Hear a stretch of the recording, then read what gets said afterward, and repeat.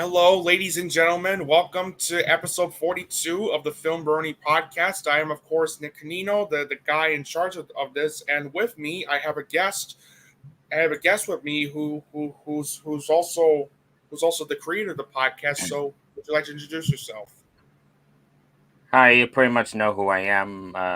I'm Søren the FilmBrony. I make reviews and occasionally I make videos from my account and write fan fictions from my DeviantArt account. Yeah, you all know who I am. Well, we got a pretty interesting show for you guys tonight. We got tons of movies that we're going to be talking about from late September all the way through early this month. And we got some other things we're going to be planning up our sleeves on today's podcast. So, without further ado, why don't we get started with our usual thing we usually do, and that's the Blu-ray Showcase. All right. Air. Great film. Asteroid City.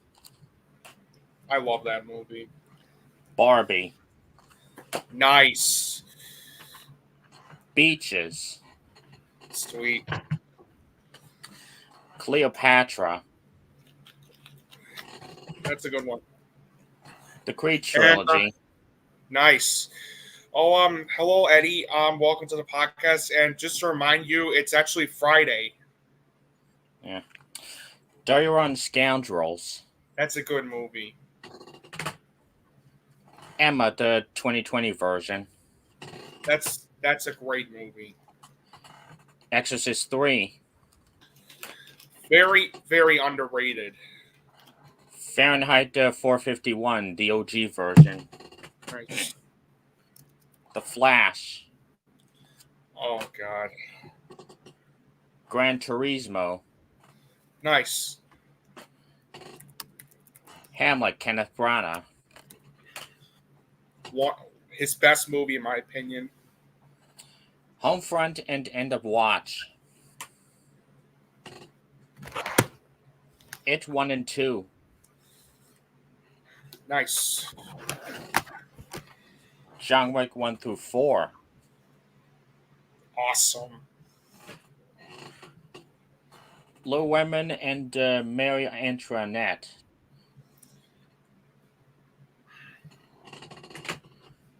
Mission Impossible Dead Reckoning Part 1.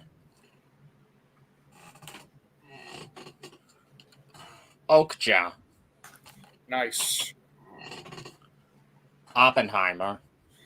A great film. Out of Sight. Polite Society. Nice. Portrait of a Lady on Fire. That's a great film. San Andreas. Somewhere in Time. My dad loves that movie. Steel Magnolias. That's a great film. Swingers. Nice. Two of the biggest so bad it's good movies out there. Troll 1 and 2. They're eating her. And they're going to eat me. Oh my God!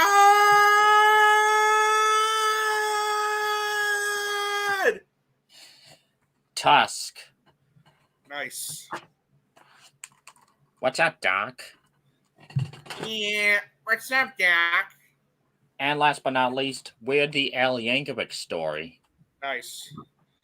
I only have two Blu-rays with me because the thing is I've been busy collecting some other things, so and because like I the Blu-rays, some of the Blu-rays Søren showed on this program so far are on my Christmas list, so you'll see that when we do our next podcast later on in the month.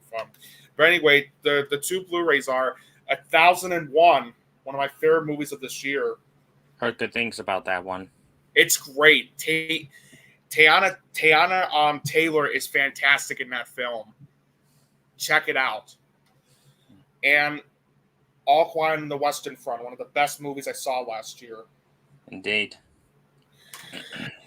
Well, that's it for the Blu-ray Showcase. And now it's time to get on with the movie reviews. And I know I'm going to be starting out with I know I'm going to be starting out with this give me a second. Give me a second here. Let me go on my profile.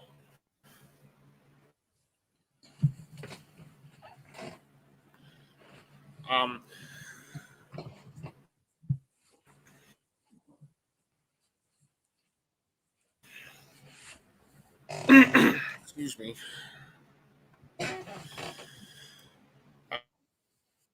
Let me go on my profile.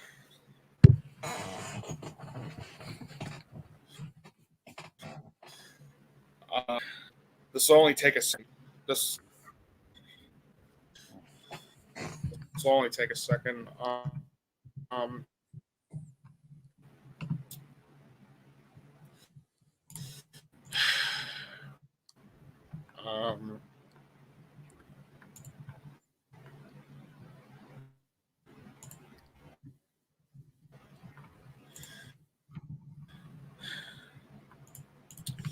on, baby. Well.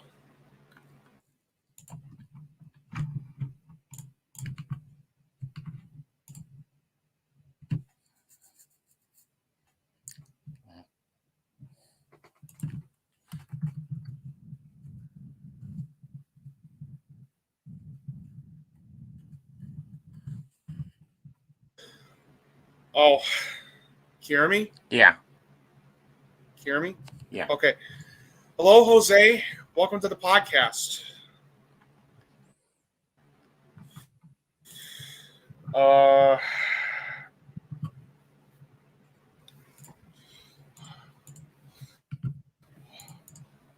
on. Let me get my phone.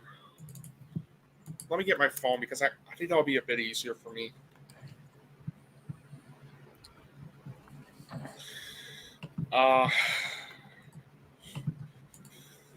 Folks, I apologize for taking this long. I'm experiencing some technical difficulties. Give me a second.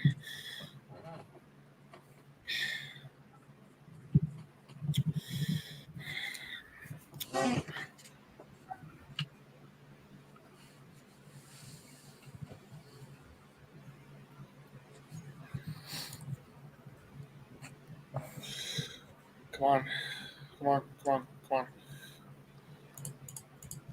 No, I don't.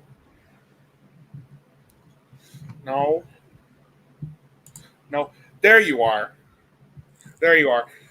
Sorry about that. I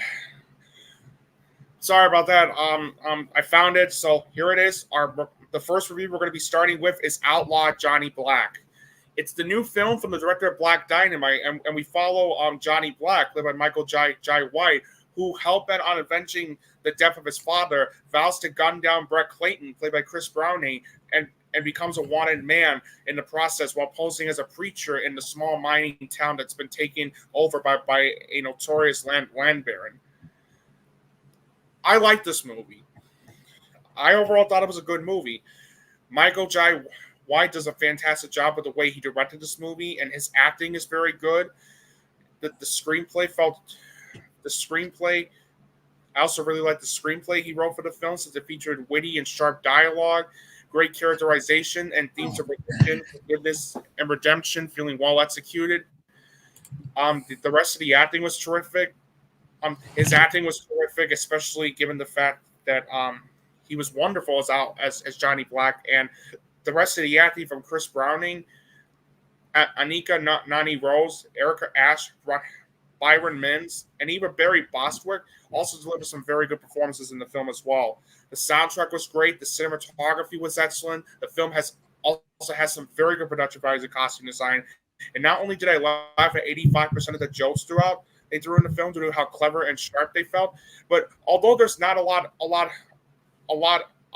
of it, there are nevertheless some very good action and fight sequences, especially in the final showdown, which had me on the edge of my seat as well as laughing.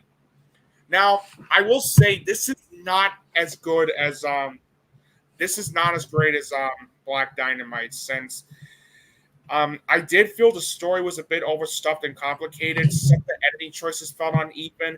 15% of the jokes did fall a bit flat. And while I understand why it had to be 135 minutes long, I did feel it was a bit unnecessary since it's filled with some scenes that drag on a bit, and it does suffer through some pacing issues here and there as a result of this. But overall, I found Outlaw Johnny Black to be a solid, funny, and well-crafted Western comedy flick that fans of Michael Jai White will enjoy. 7 out of 10, or B. Next, we have Paw Patrol: The Mighty Movie. Now, the first movie from 2 years ago I felt was a surprise. No masterpiece, but I found it to be fun for young kids and surprisingly deep for adults as well. But for this one, it's obvious that they were aiming more toward kids. The story they gave to Sky isn't nearly as compelling as the one the first movie gave to Chase. The villains were even weaker than the first movie, which isn't saying much. And unlike the first movie where the heroes had to rely on their wit and will to save the world, this sequel was given the superhero angle it clearly didn't need. And the celebrity cameos are about as necessary as that pointless PG rating. Seriously, Oh, God, yeah. Seriously, what? Yeah, why the fuck was this movie rated PG? So that made no sense, especially given the fact that the first film was rated G in the first place. Yeah. So while this isn't an awful sequel, it's definitely a step down, and I'd only recommend it to young kids and hardcore Paw Patrollers. So I'll give this sequel the seal of mediocrity. Here's what I'll say about the film. The animation was great, especially with how well detailed the Paw Patrol pups felt. The directing was solid. Most of the voice acting was very good, including, especially from McKenna Grace, Marcy Martin, Christian Convery, Taraji P. Henson, and Ron Pardo. The musical score was solid, and so was the editing. There are amounts of good action sequences as well as good humor.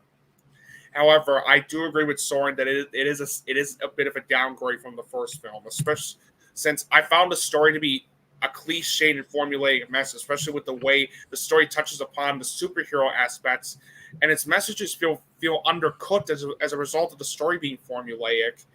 I also felt the screenplay could have used some more work on the dialogue, especially since some of it felt clunky at times. And not only was the pacing a wonky mess, but the biggest problem I had with the film was that the celebrity cameos by Chris Rock, Kim Kardashian, Lil Rel Howery, Kristen Bell, and James Marsden felt not only felt shoehorned in, but also underused.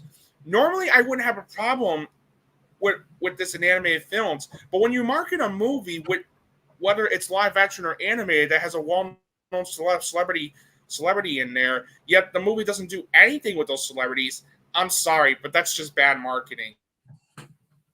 Especially when the movie markets Chris Rock's animated kitten character by having its own poster of it, yet he only speaks one line throughout the entire film, and that's it. I mean, seriously, it's just one line. You couldn't have one of the cast members do it, one of the crew members do it. Yeah, really, it just does not make any sense. But overall, Paw Patrol the Mighty Movie is sadly a bit of a downgrade from the first film due to it feeling cliched and messy. But to be fair, I think it's a fine film that kids and fans of the show will enjoy and have fun with. So 6 out of 10 or B minus.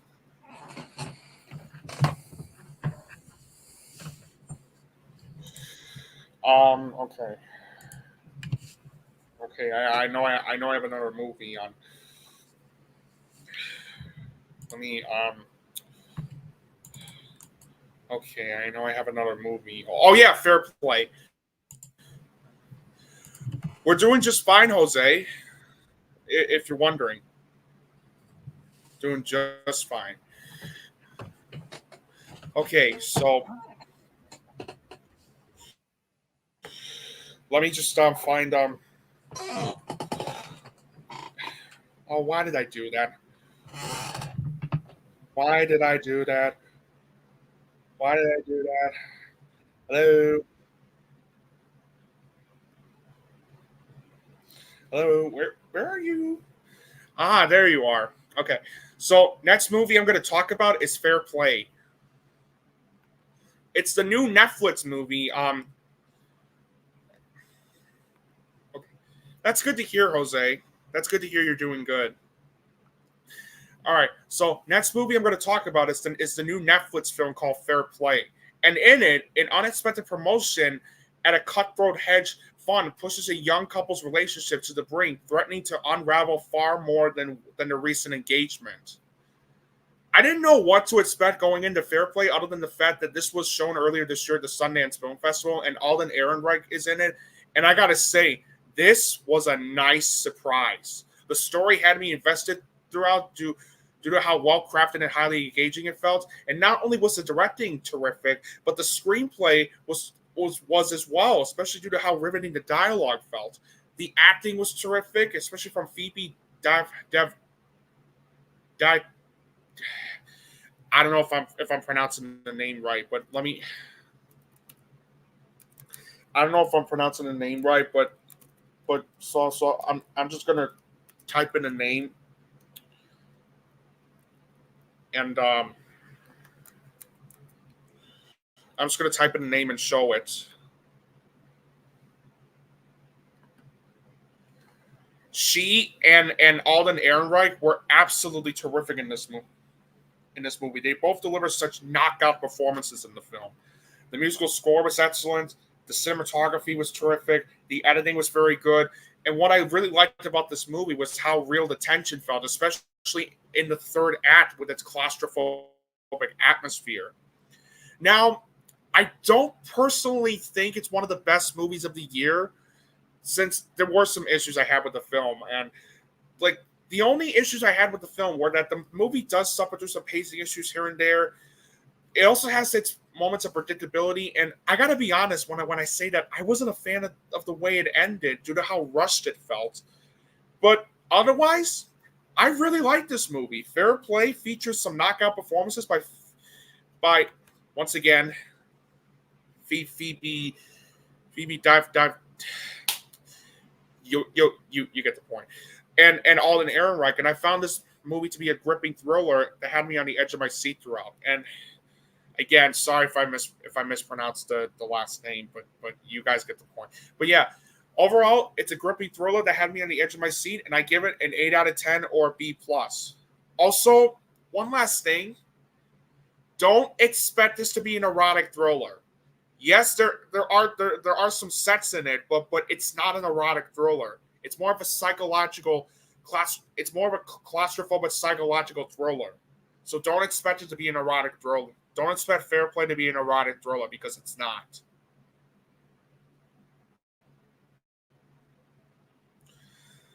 But anyway,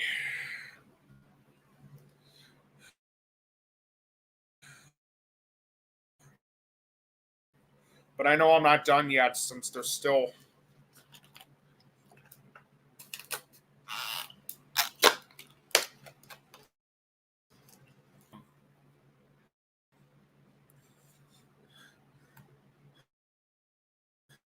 Since there's a couple more movies I have to talk about.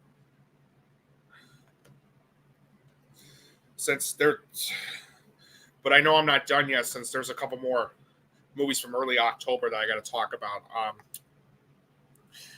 My next movie I'm going to talk about is from the director of The Assistant, called The Royal Hotel. The Royal Hotel stars Julia Gardner and Jessica Henwick, and who play Hannah and Liv, who are best friends backpacking in Australia. Who are backpacking in Australia and take a temporarily living job in a remote outback mining town, but soon they find themselves trapped in an unnerving situation that grows rapidly out of their control. Like Fair Play, I don't think it's one of the best films of the year, since I really like The Assistant. I saw The Assistant back in 2020, and I really liked that film a lot. And and that's why I was really curious to see this one. And like Fair Play, this was one of those movies where I liked, but I didn't quite love. And I did. There were some. I did think the writing could have used a bit more. I did think the writing could have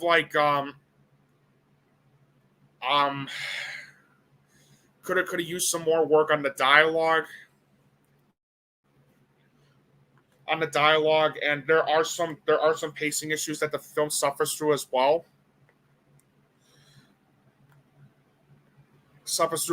But that's really it. It's well, the story had me invested throughout. It's well directed. The acting was terrific, especially from Julia Gardner and Jessica Henwick, who both deliver such brilliant performances in the film. And Hugo Weaving was surprisingly unrecognizable as Billy, and yet he still turned in a fantastic performance. The film has a great soundtrack, excellent cinematography, very good editing. And what I also really liked about this movie was that it covers the subject. It covers the hello, Nicholas Lee, welcome to the podcast. Anyway, it covers the subject involving sexual harassment in a pub, in the bar and pubs, and it does very well with the way it depicted those things. And because of that, it does deliver some real tension-filled moments in the film that had me on the edge of my seat. And without spoiling what happens, it also has one of my favorite endings I've seen in the movie this entire year. So overall, and also that's also another reason why I felt the themes of toxic masculinity and culture shock felt well executed. Overall, I thought The Royal Hotel was a very good film that does a fantastic job exploring toxic masculinity and sexual harassment at a bar and pub. And while it's not as amazing as, while I did think this falls a bit short from The Assistant, it was still a very good film that's worthy of an 8 out of 10 or B+. And Nick, I know you still have a slew of movies to go through, but I just want to get this review over with. That is the Caine Mutiny court-martial. William Friedkin's final film has its fair share of memorable lines and fine acting. However, I found the production values kind of unremarkable, as well as the overall screenplay extremely repetitive and kind of dull. So, not a bad movie, but not really one you should go out of your way to see. I'll give it the seal of accuracy. Fair enough. All right. So next film, and I was looking forward to seeing this because I love this director very much. I really like this director very much. She's directed some really good films like Personal Velocity and Maggie's Plan, which was one of my favorite films of 2016. However, her next movie she made is what I consider to be not only a disappointment, but her worst movie so far. It's called She Came to Me. It stars That's what she said. Trust me, I'm about to explain. You're not missing much with this one, and I'm going to explain in a bit. What I'm saying is that's what she said.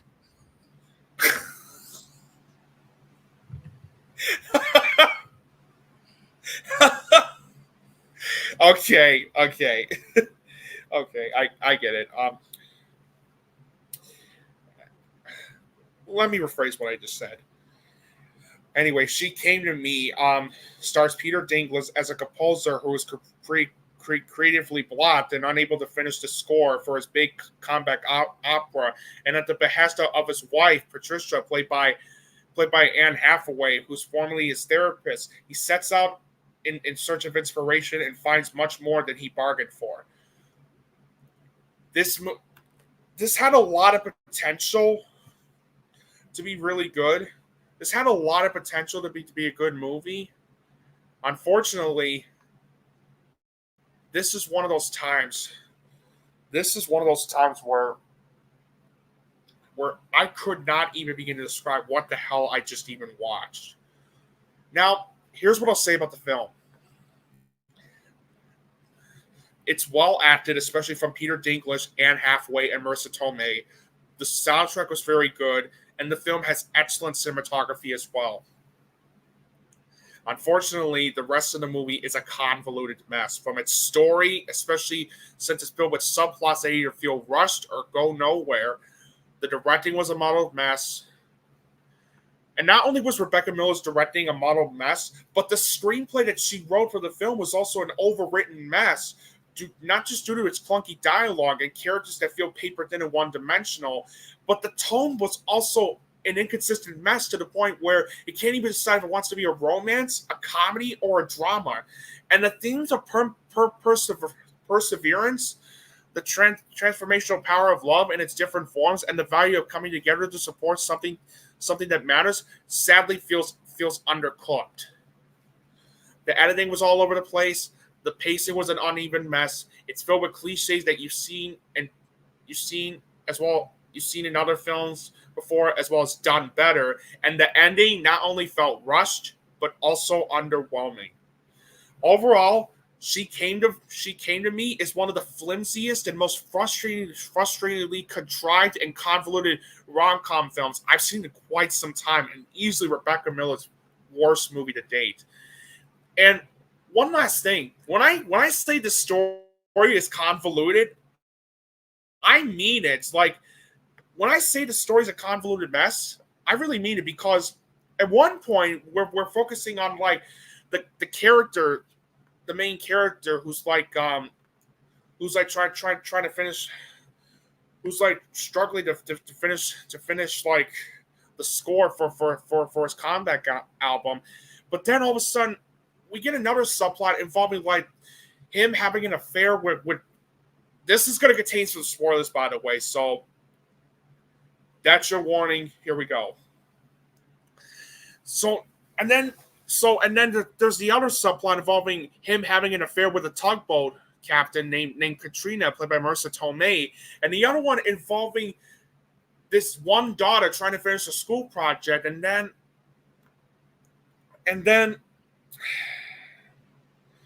oh my goodness, like, and then there's this thing. There's another subplot where Julian has been sexually grooming Teresa by taking naked pictures of her, as well as having sex, and is about to be charged with statutory rape, all because Julian is 18 and Teresa is 16. Like, what kind of story are you even trying to tell, Rebecca?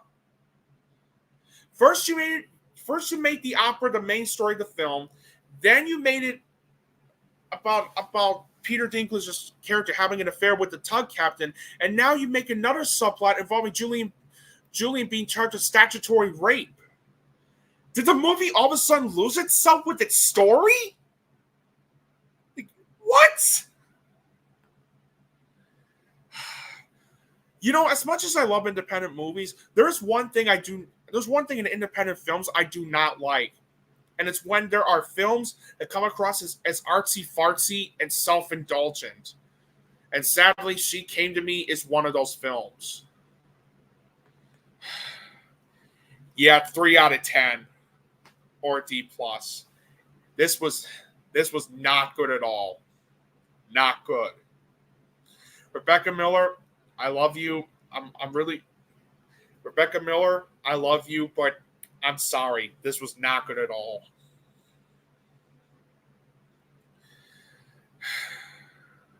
Okay.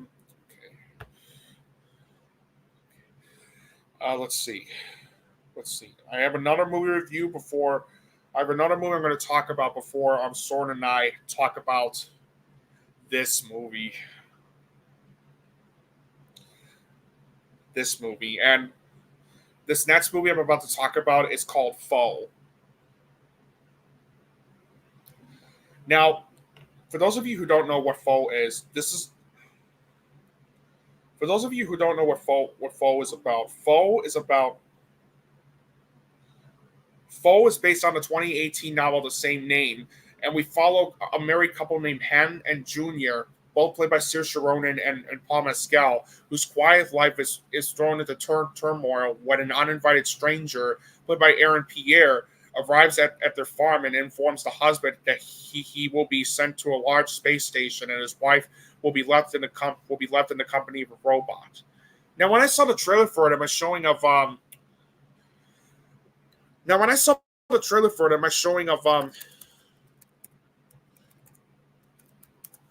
of Bottoms, I was really interested in checking this one out. I love Saoirse Ronan and I love Paul Mescal, and the story also had me interested. Also got me intrigued to check this one out. But then I saw the film, and oh my God, was this a snooze fest? This was an absolute snooze fest. Foe is one of those movies where it had some ideas of potential in there, especially when it comes to touching upon themes of isolation, love, death, and humanity. But because of how boring, cliched, and generic and underwhelming the film felt, it felt like a missed opportunity as a result of this. Now, the only redeeming things I found in the film were that Saoirse Ronan and Paul Mescal both delivered some very good performances in the film, and the rest of the acting, especially from Aaron Pierre, was very good too. And the film has terrific cinematography and amazing visuals. Sadly, that's about the only positives I have with the film. You have a story that feels very messy and underwhelming. The directing was a muddled mess. The screenplay was also an undercooked mess due to its clunky dialogue, characters that feel not only uninteresting but also underdeveloped, and the themes of isolation, love, death, and humanity feeling poorly executed. Especially since it felt like the movie didn't do all that much with the themes it's trying to explore. The soundtrack felt unremarkable and forgettable. The pacing was a sluggish mess since it felt like the film was 3 hours long, even despite it being 110 minutes long. The editing was a contrived mess, and not only is the movie filled with cliches that you've seen in other films before, as well as done better, but the ending also felt very underwhelming. Yeah, overall, good performances from Saoirse Ronan and Paul Mescal, as well as its pretty visuals, sadly couldn't save Foe from being one of the most boring, generic, cliche, and forgettable sci-fi films I've seen this year. Like She Came to Me, it also gets a 3 out of 10 or a D+. Not a good movie at all. And sadly, the next film we're going to talk about isn't even better.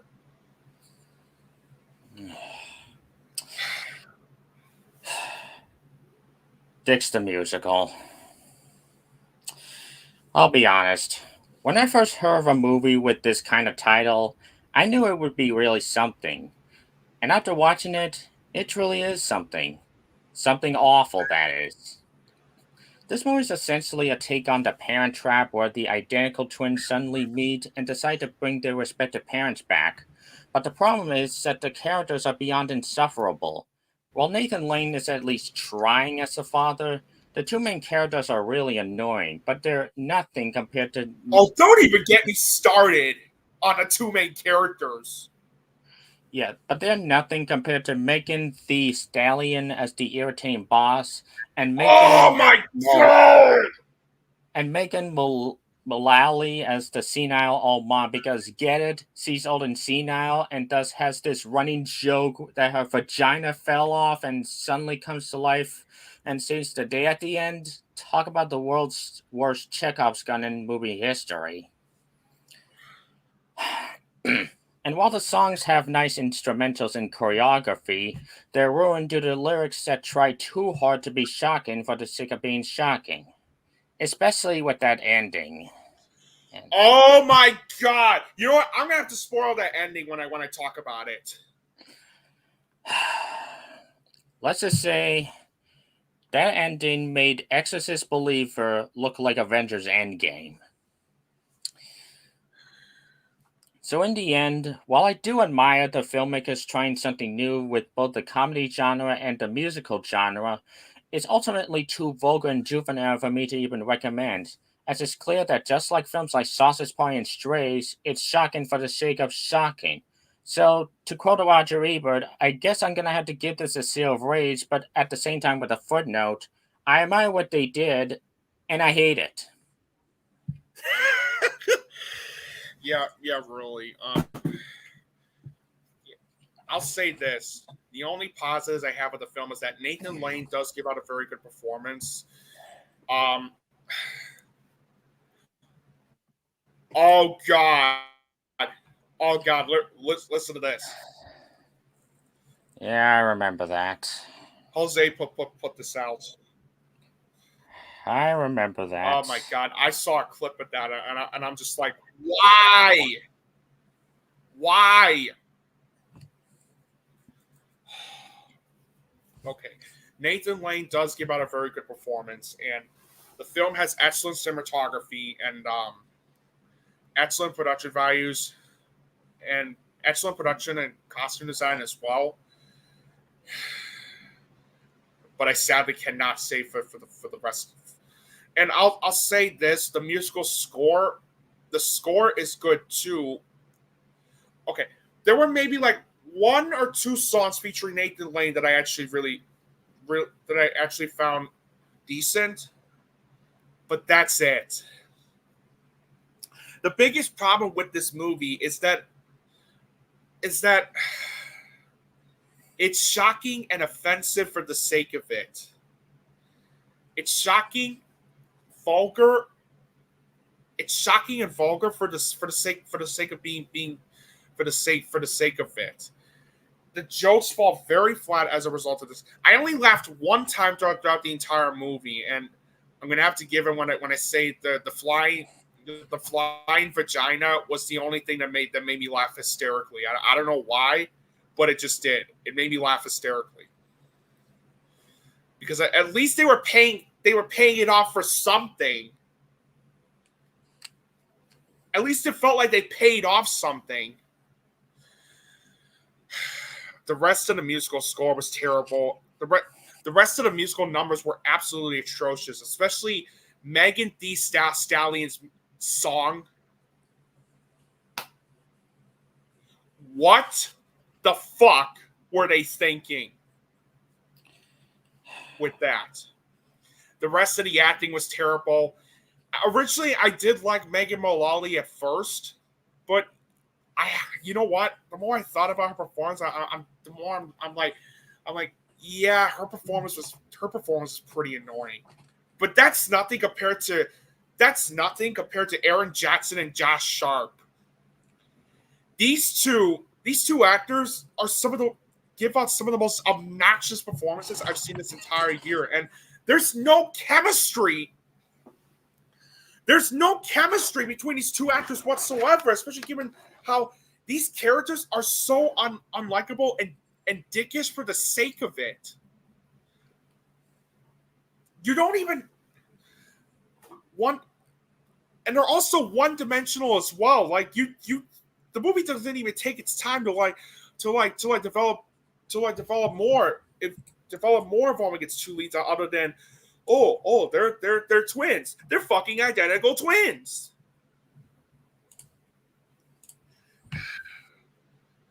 And of course, we got to talk about that ending.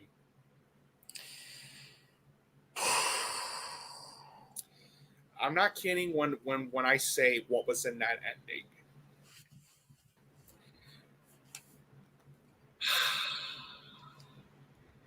The ending involving after the parents finally get back together, the two identical brothers fuck each other, and all of a sudden they get married afterwards. And the reasoning for it is because love is love.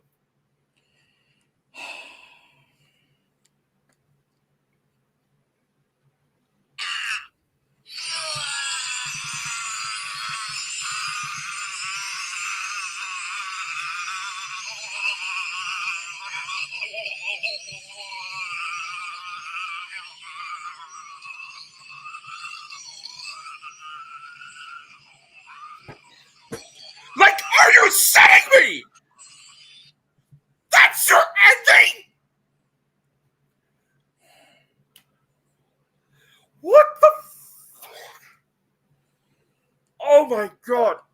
Honestly, throughout the whole film, it was a 4 out of 10 or a C minus, but that ending, that terrible, terrible fucking ending, made me drop it down to a 3. It is a 3 out of 10 or a D plus. And I love A24, but this is easily one of their worst movies they've done. A24 never, ever do something like this again. Ever. Yeah. Yeah, agreed. Sausage Party has a better ending.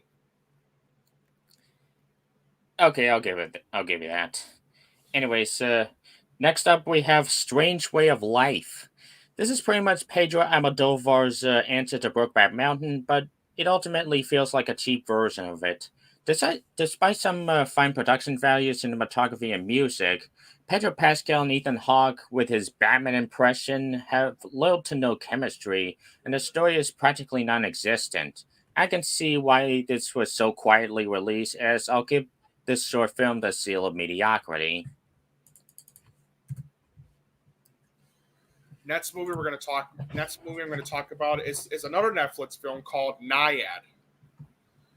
So Nyad is based on a biographical drama involving 64-year-old marathon swimmer Diana Nyad, played by Annette Bening, who intends to become the first person ever to swim from Cuba to Florida.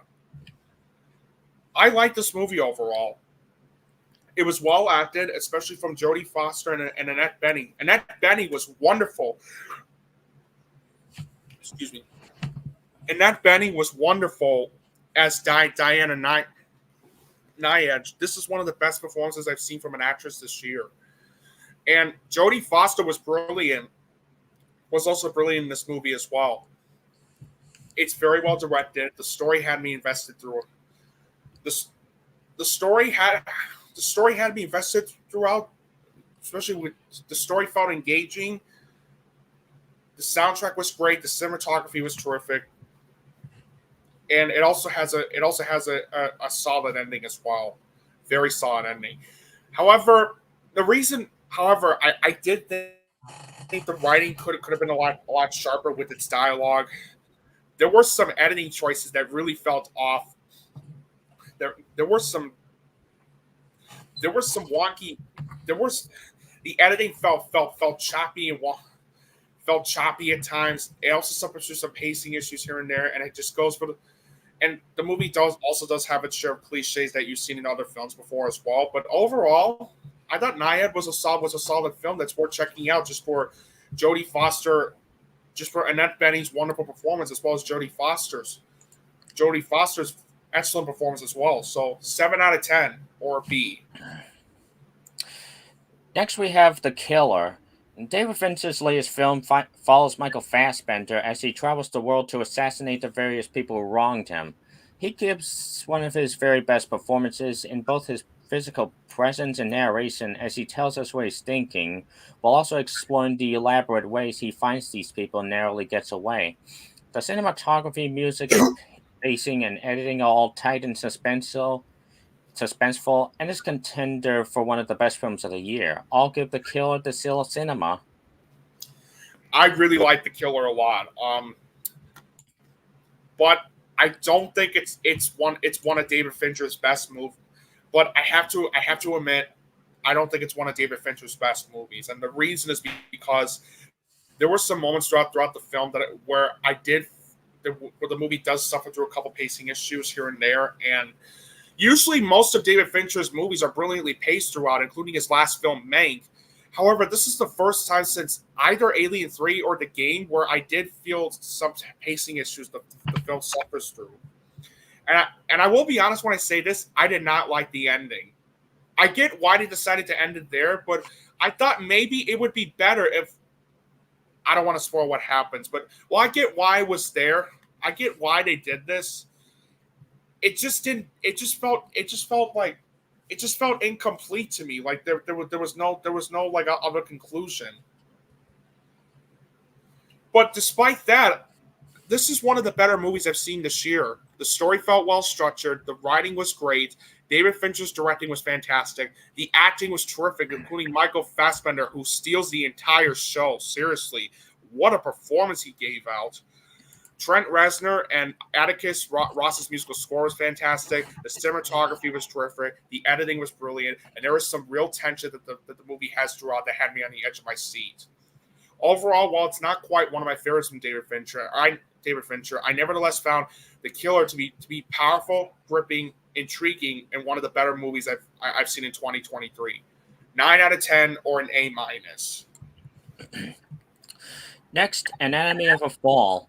This is the latest movie to win the top honor at Cannes, and while I say this is a vast improvement over last year's Triangle of Sadness, I can't exactly say this is a great one either. It's well acted, well directed, as well as some legit emotional scenes throughout, especially with the ending. However, there's one problem I have with this movie. Why the hell did this have to be 2.5 hours long? I mean, some of these scenes just drag out on, and I could easily cut down 30 to 40 minutes of fat from the runtime. Then there are these weird editing choices that seem like it's trying to say something, but just comes across as pointless.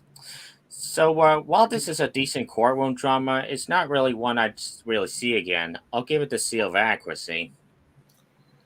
This is one of our biggest disagreements so far because Anatomy of a Fall is one of the best movies I've seen this year.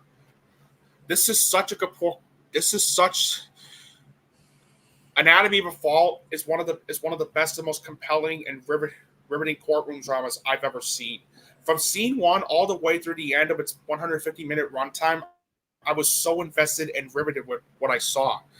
And not only does Sandra Haller give out one of the year's best performances, but it's also very well directed. The story had me invested throughout.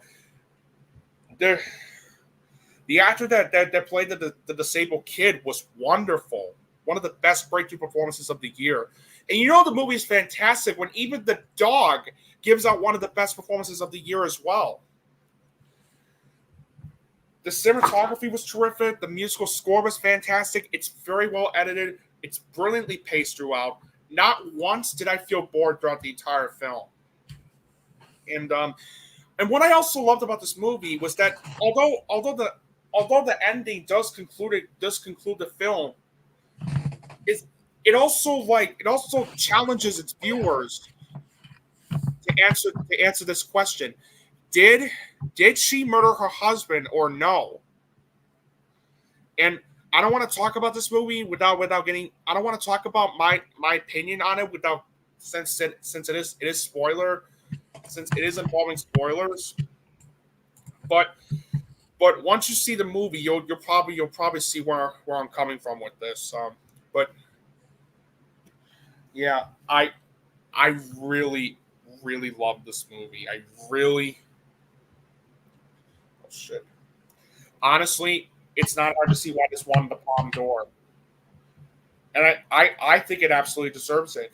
This is one of the best courtroom dramas I've ever seen, and it's easily, without a doubt, one of the year's best films. So, and without a doubt, I am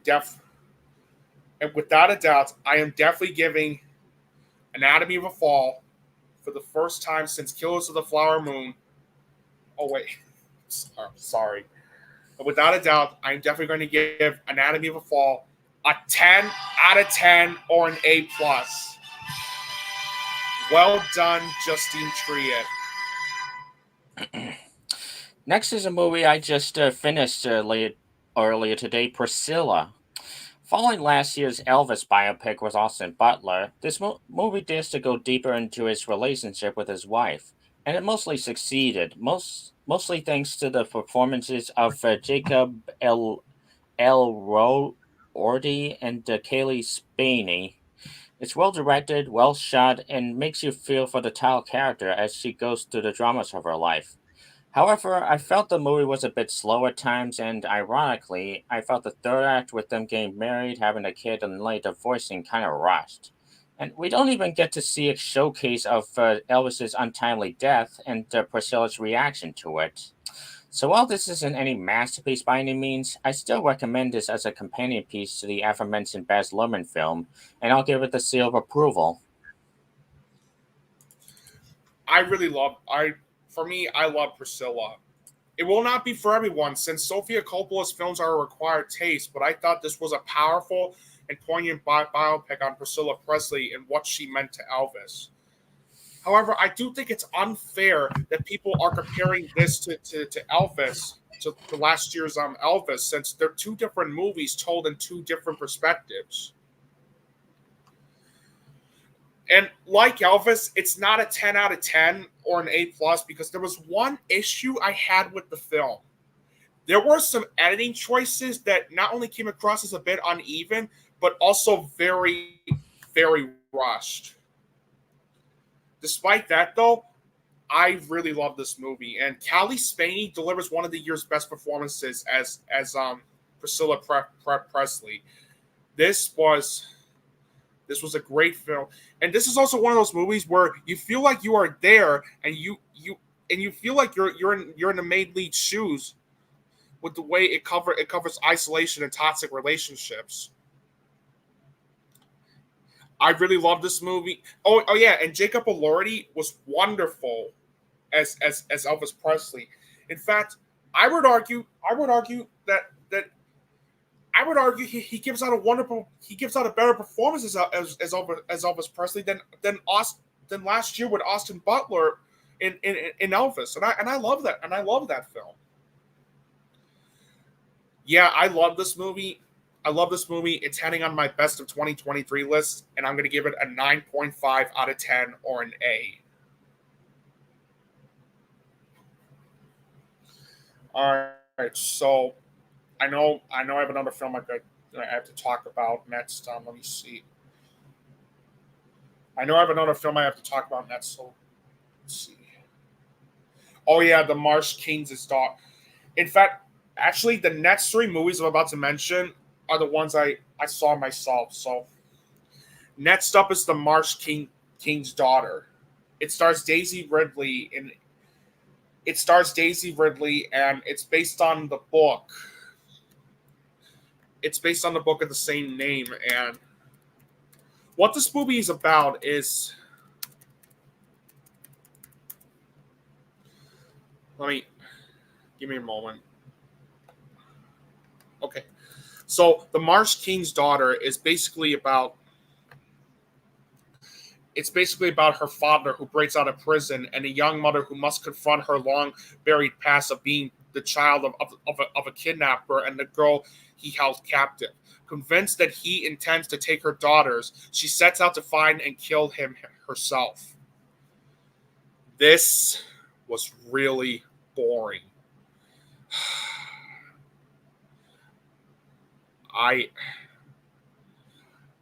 This was not good at all. I'll say the acting was solid, especially from Daisy Ridley and Ben Mendelsohn, who were easily the biggest highlights, and the cinematography was very good, but the story was a cliched and muddled mess. The screenplay was terrible, especially with how clunky and idiotic the dialogue felt and how shallow, cliched, paper-thin the characters felt.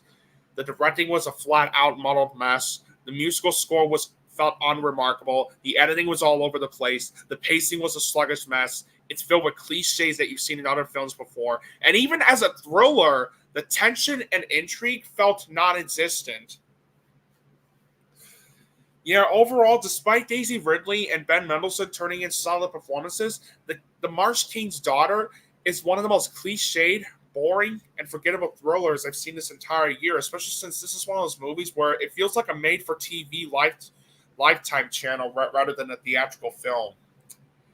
3 out of 10 or D plus. I really did not like this one. I really did not like this one at all. All right, so next movie I'm going to talk about is the romantic comedy starring Meg Ryan. Next movie I'm going to talk about is the new romantic comedy starring Meg Ryan and David Duchovny called What Happens Later. And in What Happens Later,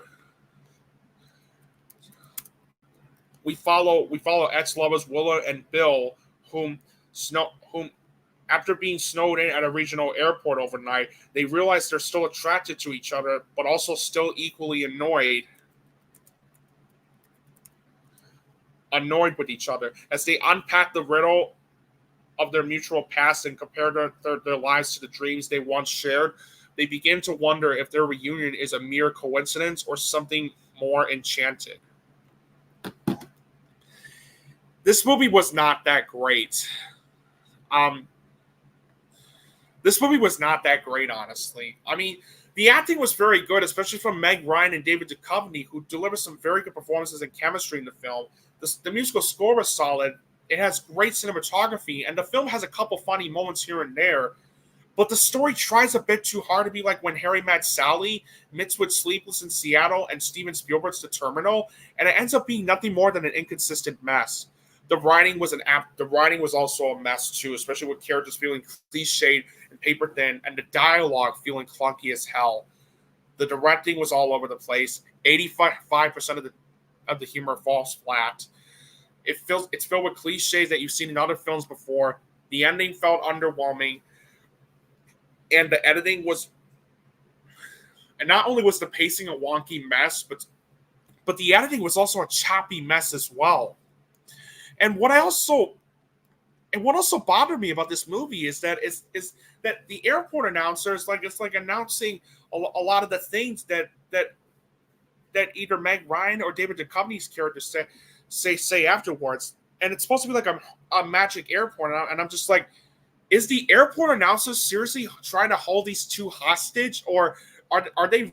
Is he really stalking them? Like what? What am I looking at? What am I looking at here? Overall, What Happens Later does feature some very good performances and chemistry by Meg Ryan and David Duchovny, and it does have some charming and amusing moments here and there, but the film sadly falls flat as being a romantic comedy due to it nothing more than being an inconsistent mess. I didn't hate it, but I did feel it could have been much better. 4 out of 10 or C minus. Not a terrible movie, but not that great either. All right, and then the last movie I'm going to talk about before Sword and I present our next film. Next film is the Persian version. I was interested in this one given the fact that it was shown earlier this year at the Sundance Film Festival, and it won the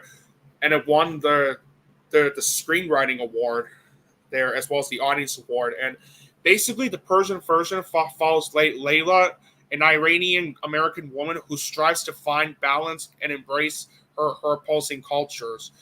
When her large family reunites in New York City for her father's heart transplant, she keeps everyone at arm's length until a secret is revealed. I really enjoyed the Persian version a lot.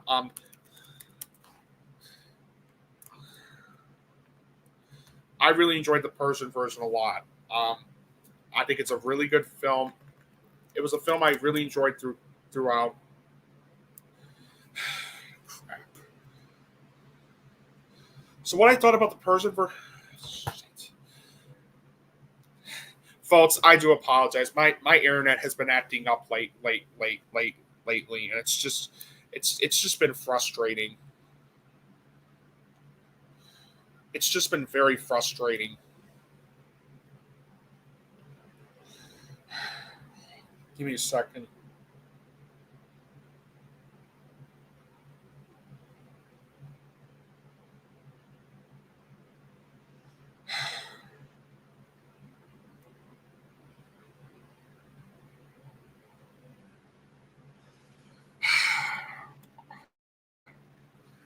Damn it, this thing.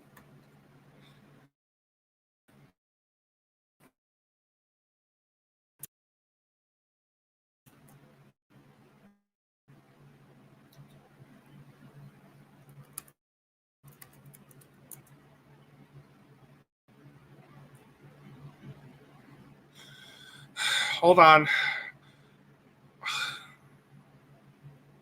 Hold on. Hold on. Let me. You know what? I'll talk about how I feel about the Persian version later right now, Søren and I are just going to talk about a few more movies that we both saw. I'll talk about the Persian version later. Right now, let's just get on to our next movie. All right. Our next movie is The Marvels. And it's apparent that the MCU has gone a bit downhill as of late, and this movie is a prime example of that. While it's not terrible, it's definitely scrambled and inconsistent. Most of the cast is at least trying with the script they're given, most notably Iman Vellani, who kind of got me interested in checking out the Miss Marvel Disney Plus show. But there are some bad eggs like Brie Larson, who's there as Carol Danvers, as well as the villain, who's just a female on The Accuser if you borrow off Wish, the website. The effects are okay, but nothing that spectacular. The editing and tone are all over the place. It tries way too hard to be funny, and some of the song choices are just unfitting, especially during some of the action sequences. So it's easy to see why Disney was nervous about releasing this, because it was just a mess throughout. I can only hope this franchise turns for the better by the time Deadpool 3 comes out. I'll get the Marvels an unfortunate sealed mediocrity. I'm with you on this one. It's not the worst movie I've seen from Marvel, but I found the Marvels to be pretty mediocre. The acting was very good, especially from Brie Larson, Teyonah Parris, and Iman Vellani. How do you Aman, like, can you help me out here, Søren? Hold on. Yeah, I don't know. Vellani, never mind. Yeah. Who also delivers some great chemistry. Yeah. Brie Larson, Teyonah Parris, and Iman Vellani all deliver very good performances, and they also had great chemistry too. The soundtrack was solid. The cinematography was very good. There are some solid action sequences, and there were a couple funny moments throughout the whole film, involving my favorite part of the whole film with the kittens. And plus, it's a better movie to feature memory than that 2019 Cats movie, even if it is exactly. Even if it is a so bad it's good movie of mine. Right. Yeah. However, the story was a muddled mess. The writing was so lackluster, especially since with not just its dialogue, but its inconsistent tone, where it can't decide if it wanted to be a superhero film, a comedy film, or a drama film. The directing was a contrived mess. The editing was all over the place. The pacing was a frantic mess. It's filled with cliches that you've seen in other films before, as well as done better. But there are two big problems I have with this movie. The first being that the visual effects are an absolute mess. While not as bad as Quantumania and The Flash, there were a few times, however, where I couldn't help but notice how unfinished and sloppy some of them looked. Once again, we have a big-budgeted action superhero film that has really bad-looking visual effects to the point where you can't help but feel like you're playing something from PlayStation 3. You know, it's really bad when Godzilla -1 only cost $15 million and looks way better. Yeah, and the creator cost $80 million to make, and that had the best visual effects I've seen in the movie this year so far. And the other big problem I have with the film is the villain. Like, this is one of, if not the worst villain I've ever seen in the Marvel Cinematic Universe movie. She is so bland. Like, she just exists to cause mayhem with little motivations to boot up. That's really it. And it wastes Sawa Ashton, even despite how hard she tried as a result of this. Overall, the Marvels features some good performances and chemistry by Brie Larson, Teyonah Parris, and Iman Vellani, and has some funny moments, memorable moments here and there. But unfortunately, the film was a rushed, contrived, and muddled mess. Yeah, 4 out of 10 or C-. I wasn't a fan of this one. And also one last thing I want to mention, and this has been bothering me for quite some time. This has been bothering me for quite some time because there are these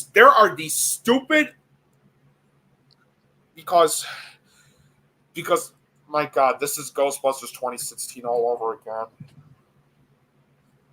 Like, this is one of those times where it's like you're not allowed to talk about the movie because you're gonna lose them. Like, because it's like one of those lose situations. Like, if you like the movie, then you're a woke idiot, and if you hate this movie, then you're a sexist pig. Like guys,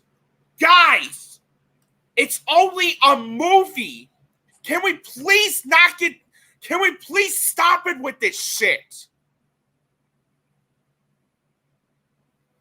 Seriously, this whole thing is getting way out of hand at this point. And to these people that are like,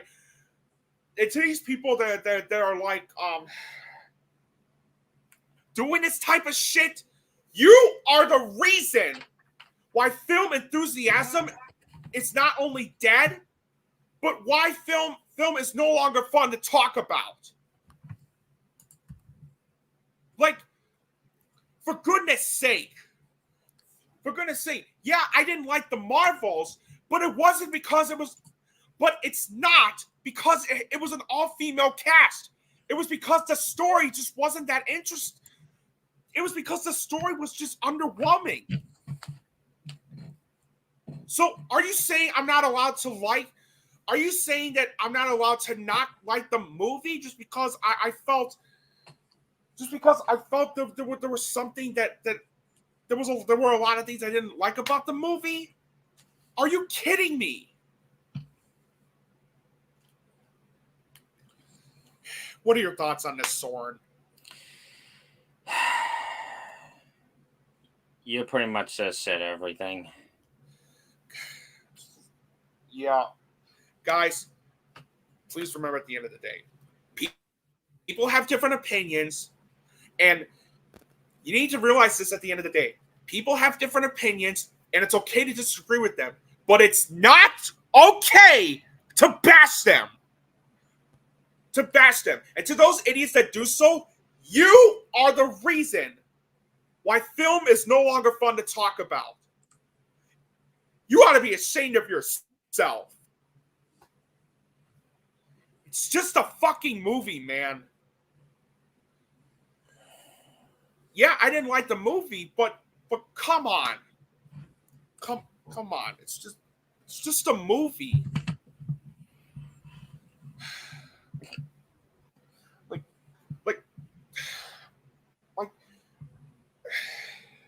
Like don't go after people's opinions. Just don't go after those people just because they either like or don't like the Marvels at all. Just be like, you know what? I disagree, but I understand where you're coming from. Like, why can't you be more like that? Seriously, this shit,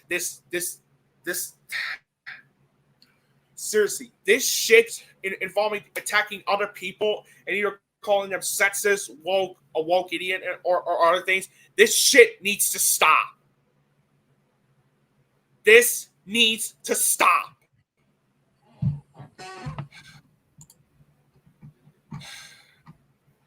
That's all I got to say about this. Let's just move on to the next film. Yep. Next one, we have The Holdovers. Thank God. This is Alexander Payne's first movie in 6 years, and it's safe to say it's a return to form.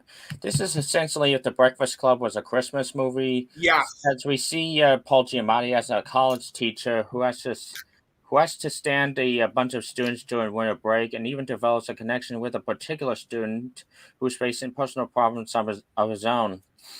The writing is exceptional as it perfectly balances between witty and sarcastic humor and emotional drama.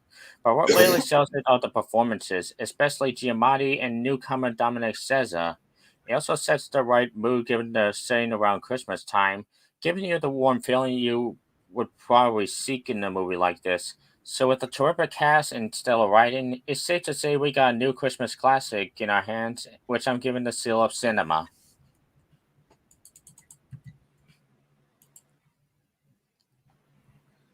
This is one of the best movies I've seen this year, without a doubt.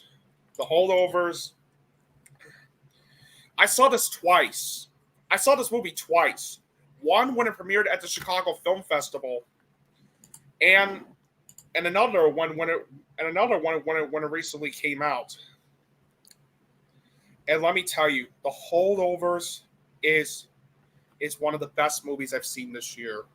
This is one of the funniest and most deeply moving films I've seen this entire year.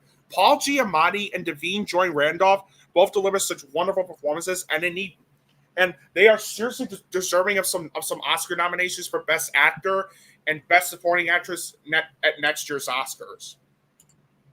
The screenplay is also one of the year's best due to it carrying these following things: sharp and witty dialogue, characters that feel like real people due to how well developed and fleshed out they felt, and the themes of grief, loss, and fear of morality feeling well executed.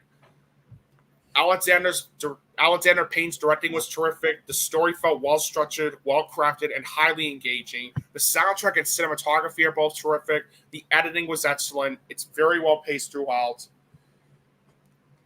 And what I also loved about the film was the humor. I'm dead serious. When I say this is one of the funniest movies of the year, I really mean it. Like, there were a lot of times throughout the whole film that had me laughing hysterically. This is without a doubt the funniest movie that I've seen this year. And also, Dominic Sessa absolutely delivers one of the best breakthrough performances I've seen this year as Angus. You really. Sure, there were times where. Sure, there were times where Sure, there were times where you can't stand some of the actions he does, but you understand why he does this, and why he does this throughout. You understand why he's like this, and you just want to. This is one of those times where you feel like you just want to go up to the screen and give this character a hug. And without spoiling what happens, it also has one of the best endings I've seen in the movie this entire year. And the film's production values and costume design was absolutely terrific. Yeah, without a doubt, The Holdovers is one of the best movies I've seen this year. And I am definitely going to give The Holdovers a 10 out of 10 or an A+.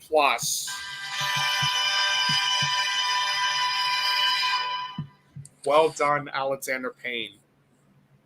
Next movie, though, is one of my biggest disappointments this year, that being Trolls Band Together.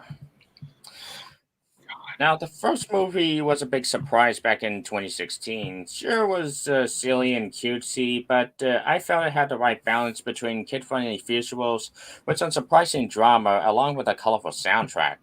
The second movie, while okay, I felt was kind of a letdown since it did have some cute moments. The writing and humor could have used some work. This movie wasn't even bigger letdown. Like with Paw Patrol 2, it's obvious that the sequels aimed more as a kids movie than really a family film. The humor I thought was way more grown worthy. The animation was still bright and colorful, but it did have its moments that I felt like they were copying from other pieces of media, like the whole island looks like that Dr. Seuss Muppet Show, and the villains look like Cuphead rejects. It's yet another getting back together kind of movie. It suffers. It Don't even suffers. don't even get me started on the villains. Don't even get me started. You were saying? Yeah, it's yet another getting You the were saying, game I'm back sorry. together kind of movie. It suffers from a ton of tired cliches. There are characters both old and new I felt could have been cut out of this movie completely. While Puppy and Branch are still as adorably charismatic as before, and some of the soundtracks a bit neat, it's not enough for me to recommend this one.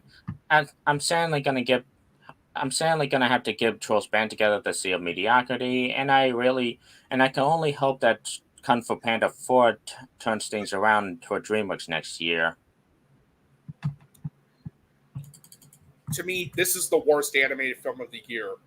And let me explain why. This is everything I cannot stand in a Trolls movie. in a Trolls movie, and I did not like the first film.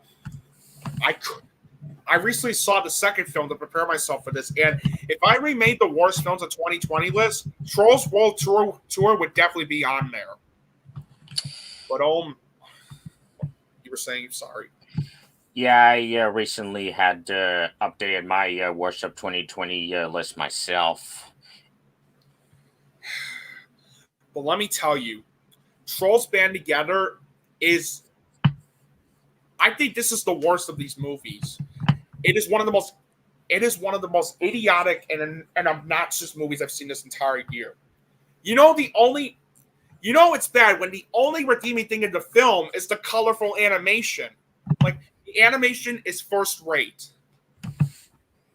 It's first rate. Everything else in this movie is unbelievably bad. From its story to its characters to especially its characters. Like, they could have done so much more with the characters. Like they could have done so much more with Poppy's sister by making her into a villain, but instead they just decided to make her into this annoying sugar rush character that you do not give a rat's ass about.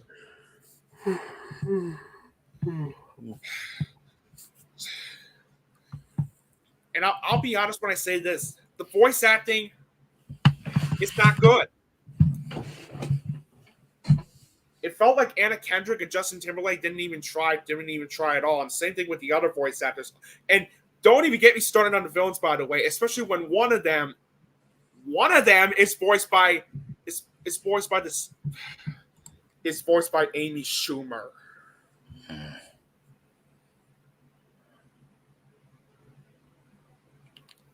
AKA the comedian who almost made a Alec Baldwin joke at the Oscars.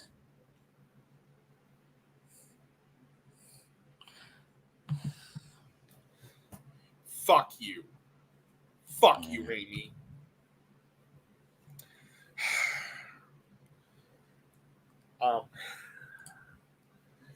And I thought the soundtrack in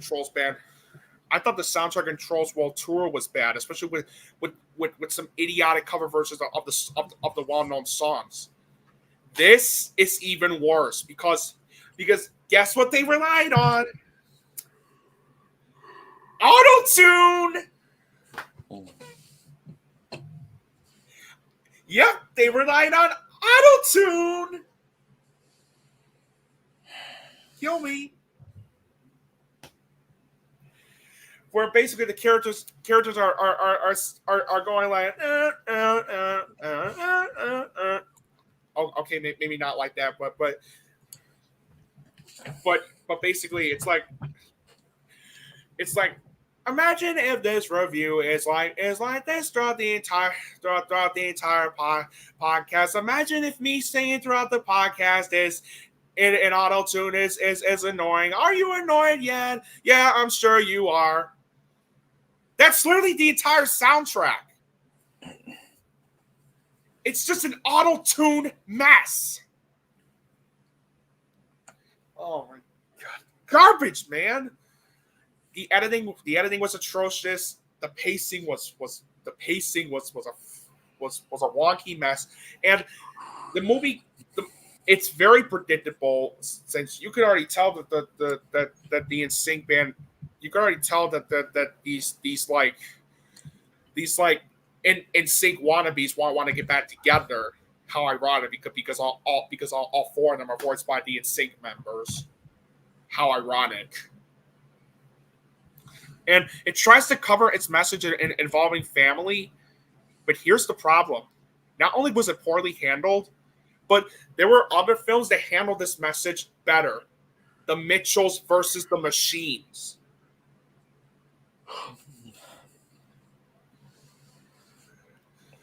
And the ending was really stupid as well. It just goes for those cliches that you've seen in other films before. This is one of the worst movies I've seen this year. 2 out of 10 or D. I hated this one. And as promised, I'm going to go over my updated Dreamworks ranking. Now, I'm going to do something a bit differently, as instead of going from worst to best, I'm instead going from best to worst. Anyways, we have Prince of Egypt, one of my very favorite movies, then How to Train Your Dragon 2, then How to Train Your Dragon 1, Rise of the Guardians, which is the true best animated feature of 2012 and not Brave. We have Kung Fu Panda 2, then the first Kung Fu Panda, then Shrek, then The Road to El Dorado, then Dragon of the Hidden World, then Spirit Stallion of the Cimarron, then Shrek 2, then Wallace and Gromit Curse the Were-Rabbit, then Puss in Boots The Last Wish, then Megamind, then The Bad Guys, then Captain Underpants, then Madagascar 3, Ants, Chicken Run, Kung Fu Panda 3, Trolls, Over the Heads, Mr. Peabody and Sherman, Madagascar 2, Madagascar, Shrek Forever After, Flushed Away, Monsters vs. Aliens, Penguins of Madagascar, Turbo, one of my biggest guilty pleasures, B-Movie, one of the internet's guilty pleasures, Shark Tale, Joseph King of Dreams, Puss in Boots, the first one, Trolls World Tour, The Croods, Abominable, Spirit Untamed, Sinbad, Legend of the Seven Seas, The Croods: A New Age, Shrek the Third, Trolls Band Together, Ruby Gilman Teenage Plagiarist, Home, The Boss Baby, and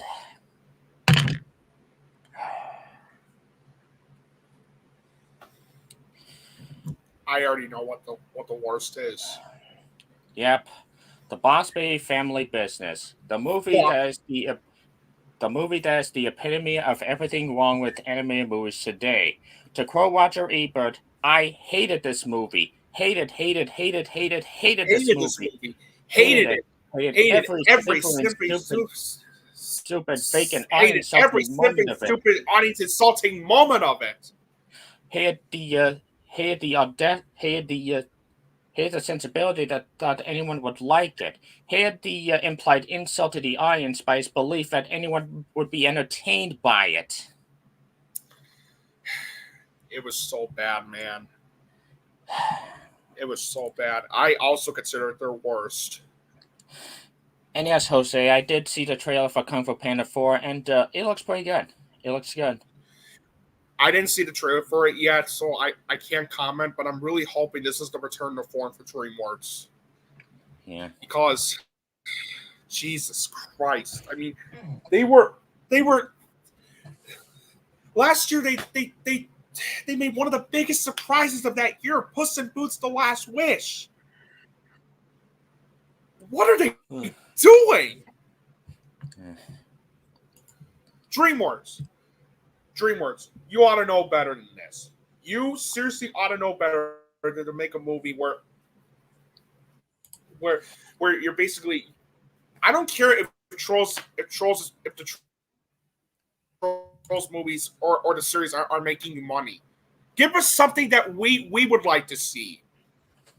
For God's sake. Either give us something we either give us some franchises that we love, and not this Trolls or Boss Baby bullshit, or give us something original. For God's sake. That's all I have to say about DreamWorks. Yep. Next we have Eli Roth's Thanksgiving, and this movie is based off the fake trailer shown in the Grindhouse movie from 16 years ago, and frankly, it should have stayed that way. While the cast is decent and it does have its fair share of creative kills, it's ultimately another dumb slasher movie filled with annoying characters making stupid decisions, and a villain whose motivation is idiotic and whose reveal is just pathetic. Honestly, just stick to Planes, Trains, and Automobiles and Freebirds as your Thanksgiving staples, as all this movie gets is the sealed mediocrity. Freebirds sucked. I'm sorry, man.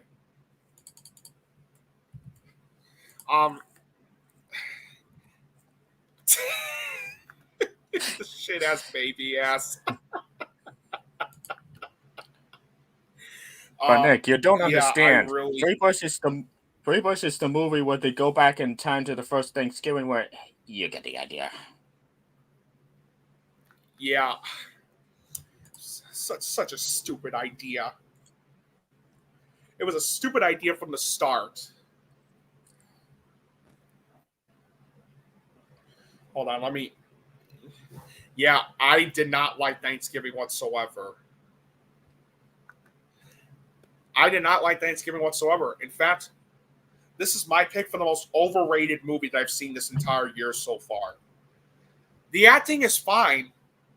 The musical score is good, and the cinematography is good, and there are some creative kills. And this is one of those movies that started out very well, especially with how like with how like realistic, brutal yet realistic its depiction of Black Friday felt.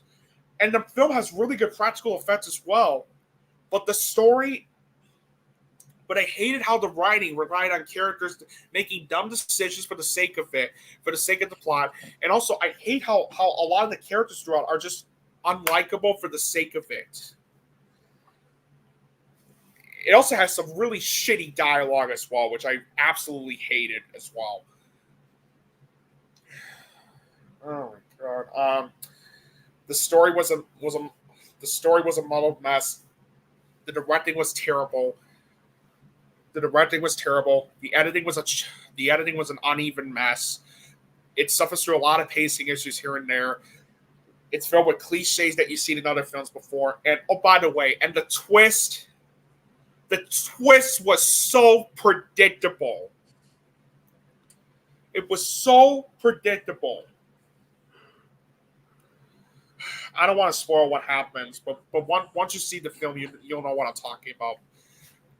Yeah, easily the most overrated movie I've seen this year so far, and I'm going to give Thanksgiving a 4.5 out of 10 or a C. I'm sorry to those that like this movie, but I did not like it at all. Sorry. Next, we have The Hunger Games: The Ballad of Songbirds and Snakes.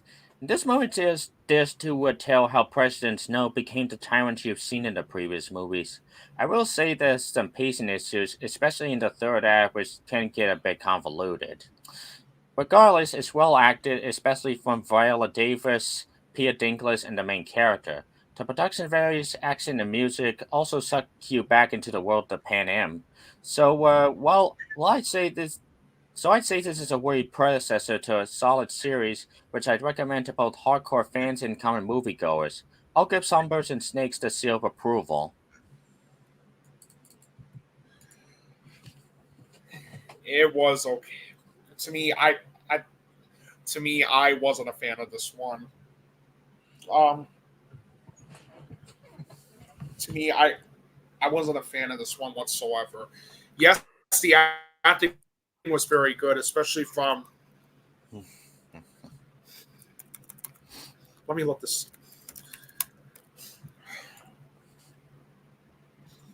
Hold on. This is what happens when I'm not prepared.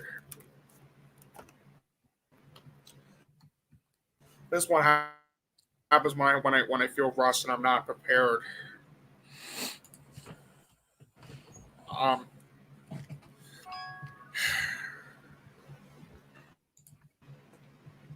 hold on.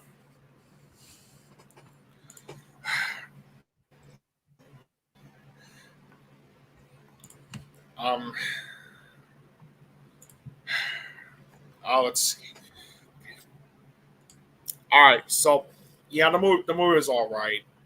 It's well directed. The acting was terrific, especially from Tom Blythe, who was fantastic as Snow. This James Newton Howard's musical score was terrific. The cinematography was terrific. As excellent production design, and it has excellent production design. But the story was a muddled mess. The writing was not that great. The writing could have used some more work on like the dialogue as well as some of its characters. The editing was a clunk. The editing was a choppy mess. It also suffers through a lot of pacing issues here and there. It goes for those cliches that you've seen in other films before, and the ending was felt so rushed and underwhelming. So yeah, overall, okay, the movie was all right. Oh yeah, and the film does have really good production design as well. I'll give it that too. Yeah, overall, The Hunger Games: The Ballad of Songbirds and Snakes was 5 out of 10. All right, before we move on to the next film, I finally got I finally was able to pull up the Persian version. So I finally was able to pull up the Persian version. So so continuing on what I have to say about the Persian version. What I really so here are the things that I really liked about the film. The story felt highly engaging and nicely structured.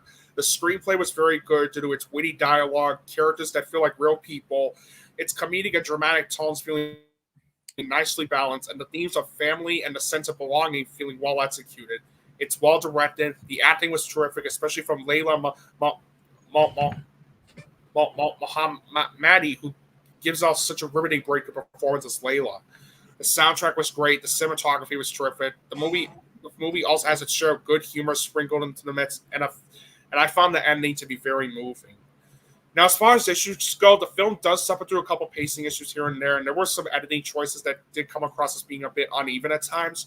But overall, I found the Persian version to be funny, entertaining, charming, and moving, and featuring a brilliant breakthrough performance by Layla Mohammadi. I'm sorry if I mispronounced that name.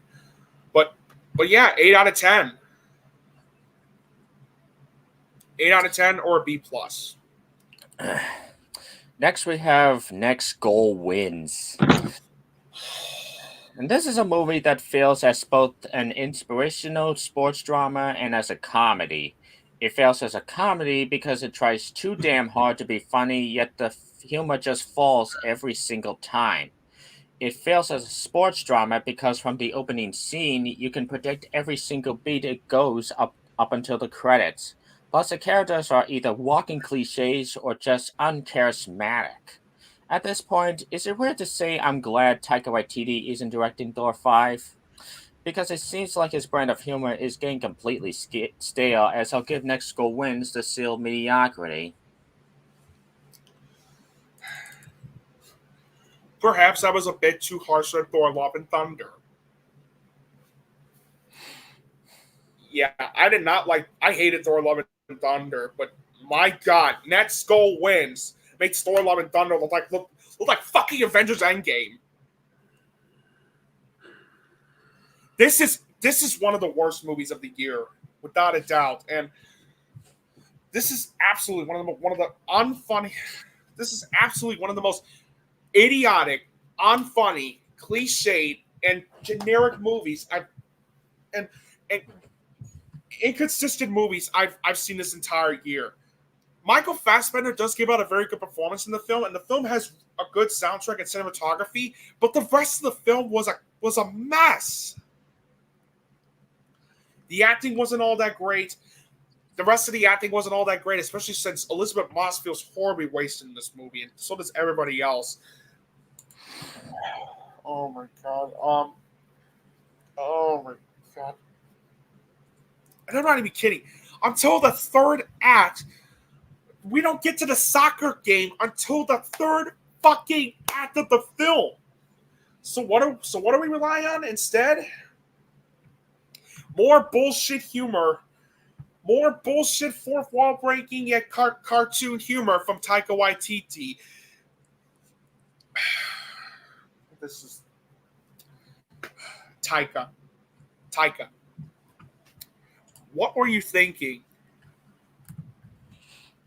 What were you thinking, Taika?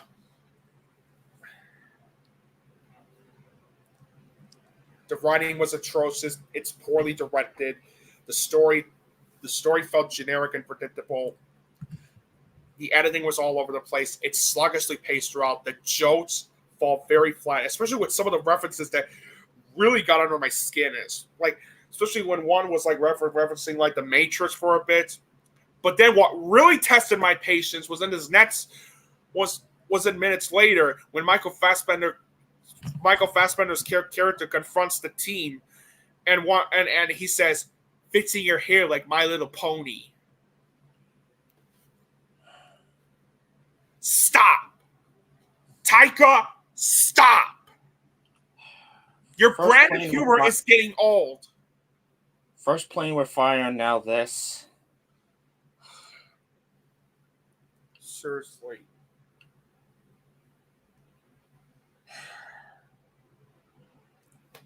And when we do eventually get to the soccer sequence, it's not that exciting, especially given how poorly developed the characters felt. And you knew the team was going to win. You knew the losers were going to be winners at the end. 2 out of 10.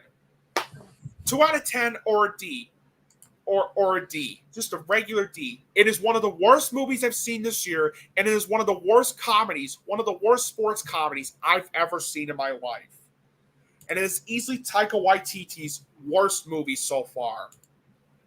Taika, you ought to be ashamed of yourself.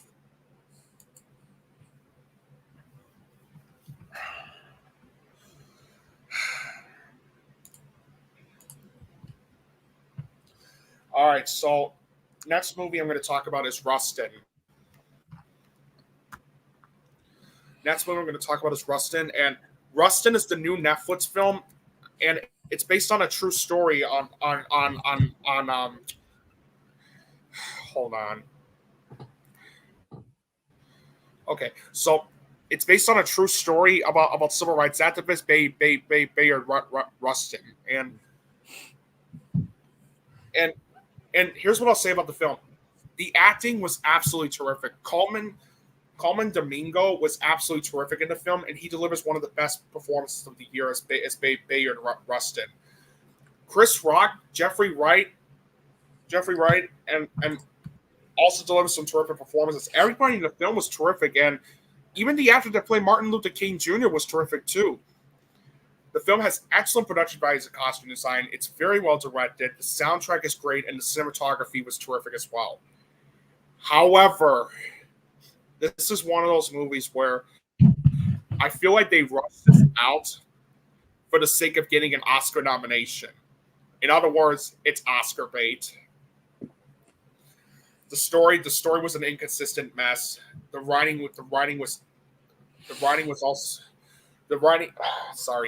Sorry, let me rephrase that. The story was an inconsistent mess, and so was the writing. It's choppily edited. It's sluggishly paced. It goes for those cliches that we've seen in other films before, and the ending felt so underwhelming. Yeah, overall, Rustin features one of the best performances of the year by Coleman Domingo as Bayard Rustin, and there are some memorable moments here and there, but the film felt rushed and underwhelming, and as a result, it just comes off as being one of those films where you can't help but feel like they just rushed this out just to get an Oscar nomination. 5 out of 10 or a C+. Next movie, Nick. I really hope you don't kill me for this, because next movie is May December. And boy, talk about a movie making me feel empty by the end. This movie claims to be about this woman who got into a scandalous relationship, meeting the actress who's going to play in the movie. And it's finally acted by the likes of Natalie Portman and Julianne Moore. But here's my problem with this movie. It takes such an intriguing concept only on face value. And I wouldn't mind ambiguity so much if for a movie that promises answers to questions as to why Julianne Moore did such a thing, it just left me feeling empty by the end. And as a result of all this, it's incredibly slow and boring with scenes that basically go nowhere. And the music is literally copied from another guy's work. No, seriously, look it up. Half the score is just themes for the movie The Go-Between. I wouldn't mind so much, except the music they chose to rip. It's just so overbearing and so doesn't fit the mood this movie's trying to go for. Like, imagine if you're watching Kramer versus Kramer on your TV, but at the same time you're listening to the Inception music on your radio. Seriously, I think Michael Lee Grant is rolling in his grave right now. So yeah, I really don't think it deserves the awards consideration it's currently getting. It's not awful or anything, but I feel like it could have but I feel like it could have been so much more given its director, cast, and subject they're trying to tackle, and how this movie, along with another movie, Maestro, which we'll go over in the next podcast, got selected as the AFI's 10 best movies of the year is just beyond me.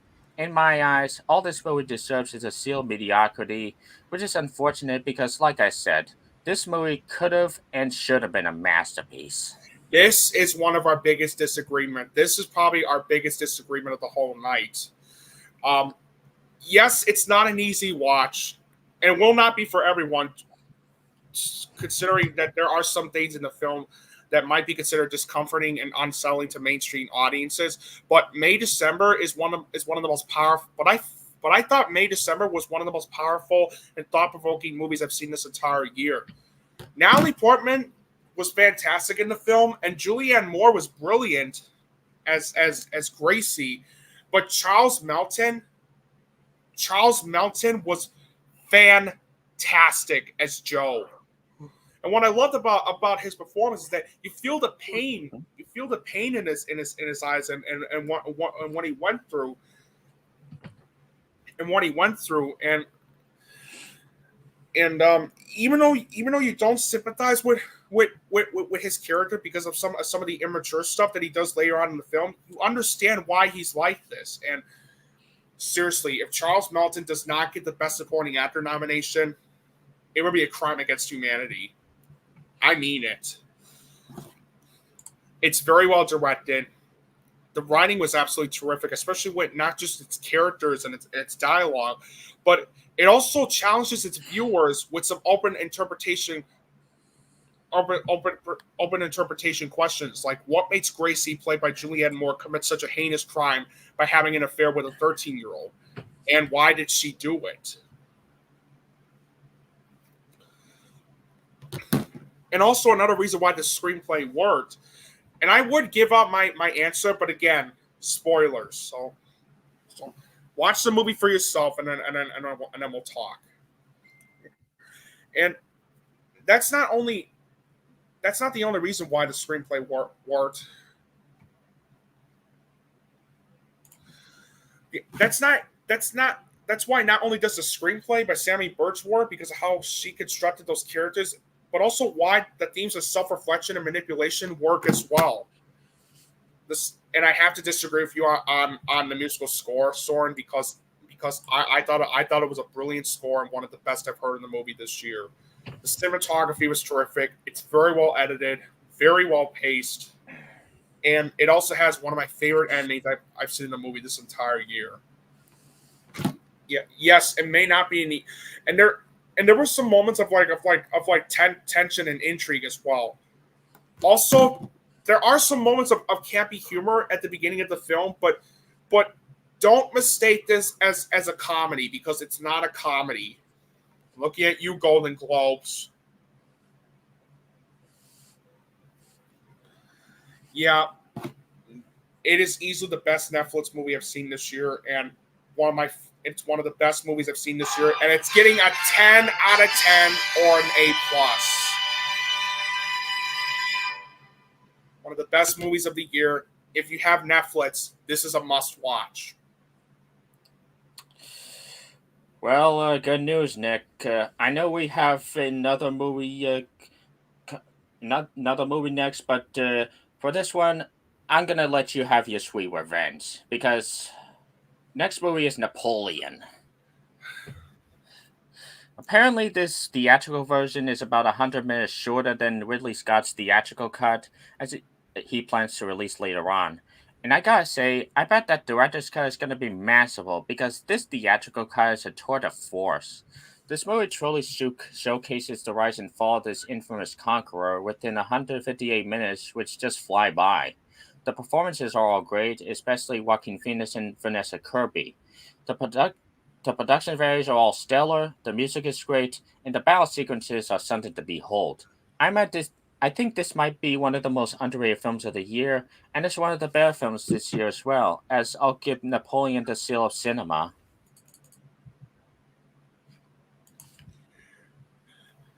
Oh, you don't like this movie? Then fuck you, because the French hate themselves. The French really hate themselves. The French really hate themselves, huh, Ridley? Really? This is just you. I am very disappointed in you, Ridley. You are seriously becoming one of the biggest boneheads of this year, because this implies that this implies you're not only telling people who hate this movie to go fuck themselves, but this also implies that you cannot handle the criticism at this point. I'm ashamed of you, Ridley.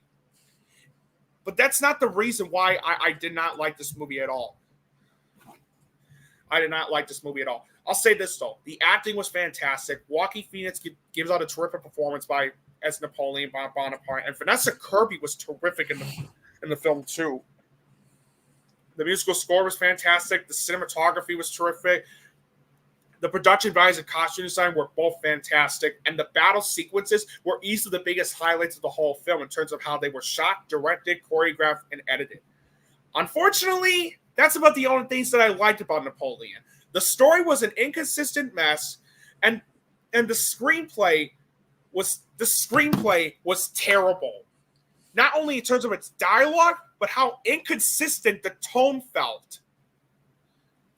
While Ridley Scott does a good job directing the battle sequences, I cannot say the same for everything else. Everything else, since it felt all over the place. And yeah, Jose, at this point, Ridley Scott is a giant cock.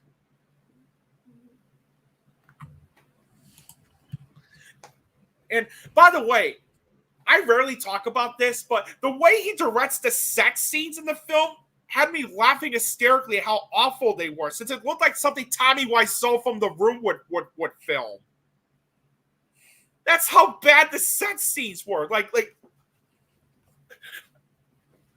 the fuck am I watching?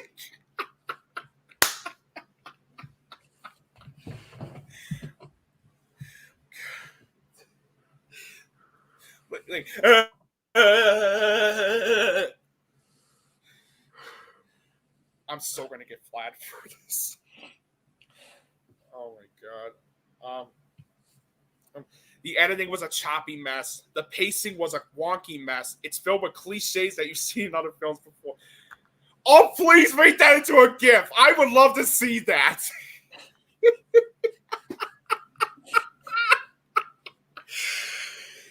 It's filled with cliches that you've seen in other films before, and the ending was underwhelming and rushed. And honestly, Søren, I gotta be honest. I don't know if the 4-hour cut is gonna fits a lot of things, because it's just gonna be the same thing, except more longer. Yeah, overall, Napoleon features some terrific performances by Joaquin Phoenix and Vanessa Kirby, and the film does have some memorable moments here and there, but the film is sadly another dud in Ridley Scott's filmography, since not only did this feel frustratingly inconsistent, but I'm sorry, I still can't hold myself on what I just did.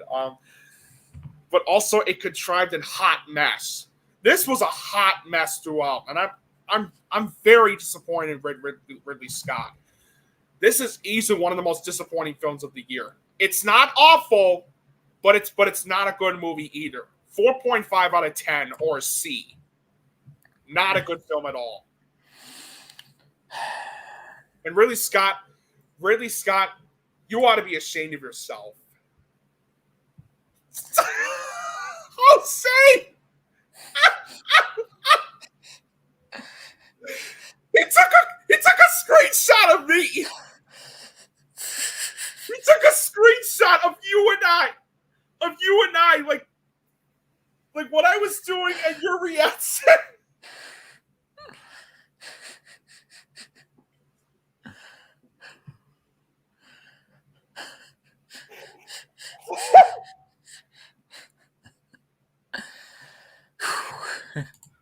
Jose, you are the man. Yeah. Oh my god. All right. Anyways. That's movie. Disney's Wish. This is This is a movie that has huge shoes to fill. Not only is this supposed to be the culmination of 100 years of Disney history, but after half a decade of not making a great movie since Ralph Breaks the Internet, Raya was decent, but it had too many problems for me to make it great. This had the potential to save Disney animation. And after seeing this movie, it's safe to say they still haven't made a great movie in half a decade. I will say the story itself has a ton of potential because since it's supposed to be the origin story of the wishing star, and the Easter eggs sprinkled throughout are well appreciated. The Spider-Verse animation is neat, and Chris Pine as a villain is a ton of fun. But aside from him and the main character, the rest of the characters are either bland and generic like her parents and several friends, or annoying like that talking goat. Oh my god. That cliche comic work. He didn't annoy me as much as I thought I would, but it's just one joke. It's one joke stretched out. The humor tries way too hard, but doesn't once get a laugh. The songs, outside of This Wish, are really bland and unmemorable. Finally, this has the same problem as the Super Mario Bros. Movie. It's way too short. The pacing is like it wants to get to the next scene without giving enough time to breathe. So overall, this is a lot like the director's own Frozen movies. It's far from the worst Disney movie as it had a ton of emotional potential, but it just had way too many problems that made it fall short. I'll give West the seal of mediocrity, and I'll continue wishing for a great Disney movie. Disney. How you never continue to fail to disappoint. How you never continue to fail. How you never continue to disappoint me to no end. This is how you celebrate your 100th anniversary? By Go ahead. Yeah, your short film Once Upon a Studio is a masterpiece compared to this. At least that felt like a true 100-year celebration. This is how you celebrate your 100th anniversary? By making a generic story that's filled with cliches that you've seen in other films before, and references and adding in a bunch of references and nostalgia for the sake of adding member berries in the mix. Remember Snow White? Remember Peter Pan? Remember that? Remember this? I remember. Yeah, remember when Disney was once the happiest place on earth? Well, now it's becoming one of the shittiest places in the world. This picture right here easily represents the biggest problem with this movie. Fucking member berries.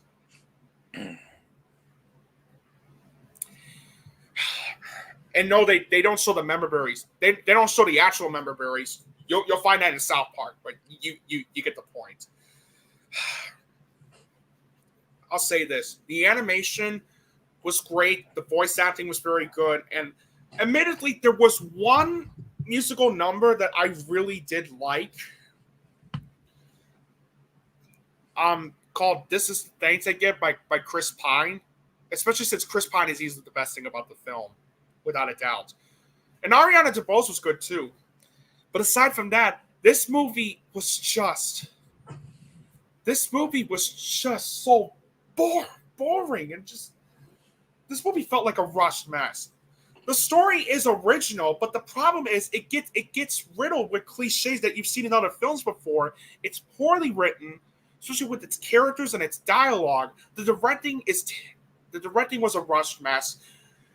The editing was a choppy mess. The editing was a choppy mess as well. The pacing was a frantic mess. I agree with you on that, Søren. It's way too short. And other than relying so much on nostalgia references for the sake of adding member berries into the mix, the rest of the songs felt so forgettable as shit. And the jokes they try to pull in the film fall very flat on their faces. Yeah, at least there's that. Yeah. Yeah, this is one. Honestly, I know you might I know some may disagree with me, but honestly, I don't care at this point. This is Wish is one of Disney's worst movies since Home on the Range. It's cliched, it's generic, it's underwhelming, and it's just so fucking forgettable. 3 out of 10 or D+. I really despise this one. One of the most disappointing films of the year, easily. Next, we have Leo. When I saw the trailer about Adam Sandler playing a class pet trying to make the best out of what seems to be his final days, I thought it was gonna blow. And to my surprise, I was totally right. I will say that the performances are solid and the message itself is really admirable. However, it suffers from a script that suffers from a ton of cliches and too many lowbrow jokes for me to handle. Also, the animation is nothing special, except for those kindergartners who look like they were designed and animated by the creators of those Rabbit games. And the songs are nothing special. While it's not the worst animated Netflix movie, Loud House, it's not a good one either, as I'll give it the seal of mediocrity. All right. I think I'm. Hold on. Let me see. Let me see if there's other.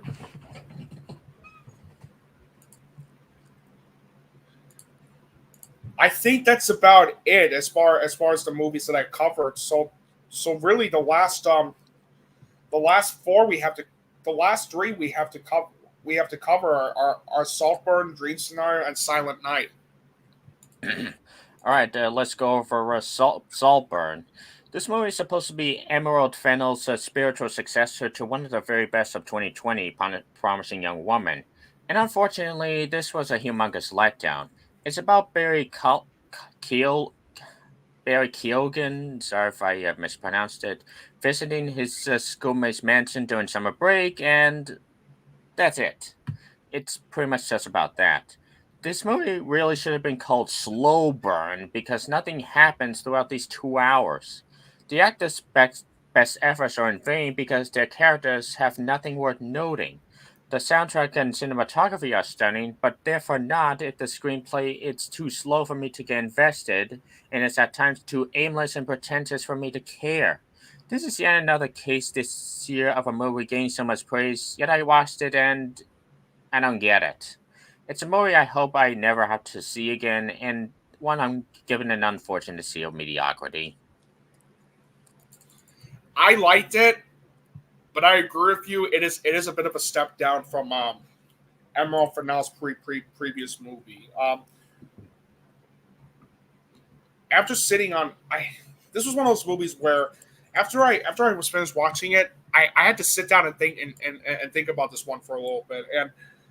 And here's what I'll say about the film: it's well directed by Emerald Fennell. Seriously, the vision and passion she had behind the camera is astounding, and you can see the vision and passion she had behind the camera, and the way she directs the actors in the film is fantastic.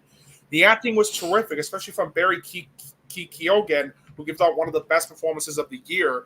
And Rosamund Pike, Richard E. Grant, and Jacob Elordi were also fantastic in the film. And Archie Hadwick, who you may remember from Gran Turismo, is also great in the film too. And he has some funny lines that actually had me laughing. The soundtrack was great. The cinematography was terrific. My God, the cinematography. This is one of the best looking movies I've seen this year. It shouldn't come as no surprise that this is done by Linus Sandgren, who if you may remember, has done a lot of cinematography work for some Damien Chazelle movies, including La La Land, which he rightfully deserved to win that Best Cinematography Award.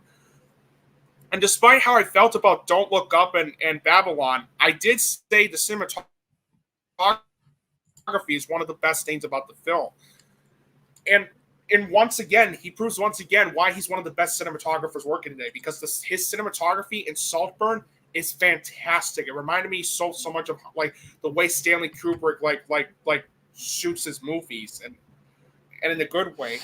There were some moments of great humor as well as some real tension-filled moments. The film has excellent production design and an unbelievably jaw-dropping and memorable third act with its twist and ending that really caught me off guard. However, while I do think it's a good movie, it is a step down from a previous movie, and let me explain why. The story felt inconsistent and messy at times. The screenplay could have also used some improvement on not only its dialogue, since it felt uneven at times, but also with the way it covers its themes involving power and class, since both of those scenes felt undercooked. It also suffered through some pacing issues in the second act, and there were some editing choices made in the film that came across as uneven at times. So, overall, Saltburn is good, but not great.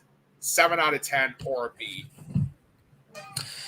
Next, I have Good Burger 2. This movie is a little like last year's Christmas Story Christmas. It's somewhat derivative and doesn't make a lot of sense sometimes, but if you enjoyed the first movie, this sequel's worth seeing just to see some of your favorite characters one last time. I'll give it the seal of accuracy. Next, we have Dream Scenario. This movie had a ton of potential in exploring this professor played by Nick Cage as he suddenly gets featured in everyone else's dreams and becomes famous. Unfortunately, this movie failed to stick the landing. While it is well acted and well shot, I didn't find any of the characters either sympathetic or that well developed. And it raises a lot of questions when the dreams surrounding the main character slowly become more nightmarish, but it ultimately went nowhere, and by the end, it left me more unsatisfied than anything. Coming off an interesting trailer, this is one of the most disappointing movies of the year, which I'm giving the seal of mediocrity. I do see where you're coming from, and it will not be for everyone, given not only its weird atmosphere work involving dreams, but also with the way it handles its metaphors involving cancel culture, mob mentality, and gossip. But I thought Dream Scenario was a hypnotic, hilarious, and intriguing and thought-provoking film involving those topics, and I absolutely loved it. Nicolas Cage delivers one of his best performances in his career. The rest of the acting was terrific. It's very well directed. The script was fantastic, especially with the way it covers those themes, and the tone staying consistent with its horror and comedic elements. It's very well directed. The story I was invested in the story throughout due to how well structured and engaging it felt. It's beautifully shot. This is a gorgeous looking movie. This is one of the best. The cinematography was absolutely terrific. The soundtrack was fantastic. The editing was great. It's very well paced throughout. Its visuals are absolutely stunning, and without spoiling much of what happens, I was very impressed with the way they dealt with the theme involving gossip, as well as mob mentality. Not only did it feel well structured, but I also felt that it serves as a cautionary tale on why gossip has and will always be a dangerous thing for people to do. Because then there's sometimes exposing rumors and lies about some people about something that either he or she is not, and it's one of those times where people should sometimes separate fiction from reality, because in their mind they may sometimes think that this is some type of person, and they may think that this some type of person is something they either love or hate, but in reality that person could be a lot different than one would think. Oh, and hello, Stranger Things fan. Welcome to the show. Now, I will say this. The only reason it's not getting a 10 out of 10 is because I felt the ending was a bit rushed. It wasn't terrible, but it did feel rushed to the point where I wish they could have added some more minutes with it, maybe given a couple more answers to it. But despite that, I thought it was a brilliant film. It might not be my favorite of the year, but it is a great film that I'm glad I saw in theaters. 9.5 out of 10 or an A. I loved it. And last but not least, we have Silent Night. This is John Woo's first American film in years, and this is a hell of a comeback. Joe Kinnaman plays this Punisher as anti-hero who loses both his voice and son in a shooting and vows revenge. This movie really uses his show don't tell aesthetic to its advantage, and it truly says more in very spoken words than most action filmmakers nowadays can try to. The cinematography and music are great. The action is beyond brutal and well staged, and it all leads up to an ending that'll make you emotional to say the least. It's really sad to see the critics give this a 60% on Rotten Tomatoes, because this is a masterclass in both action and visual storytelling, and it's truly the most underrated movie of the year. I'm easily giving Silent Night the seal of cinema.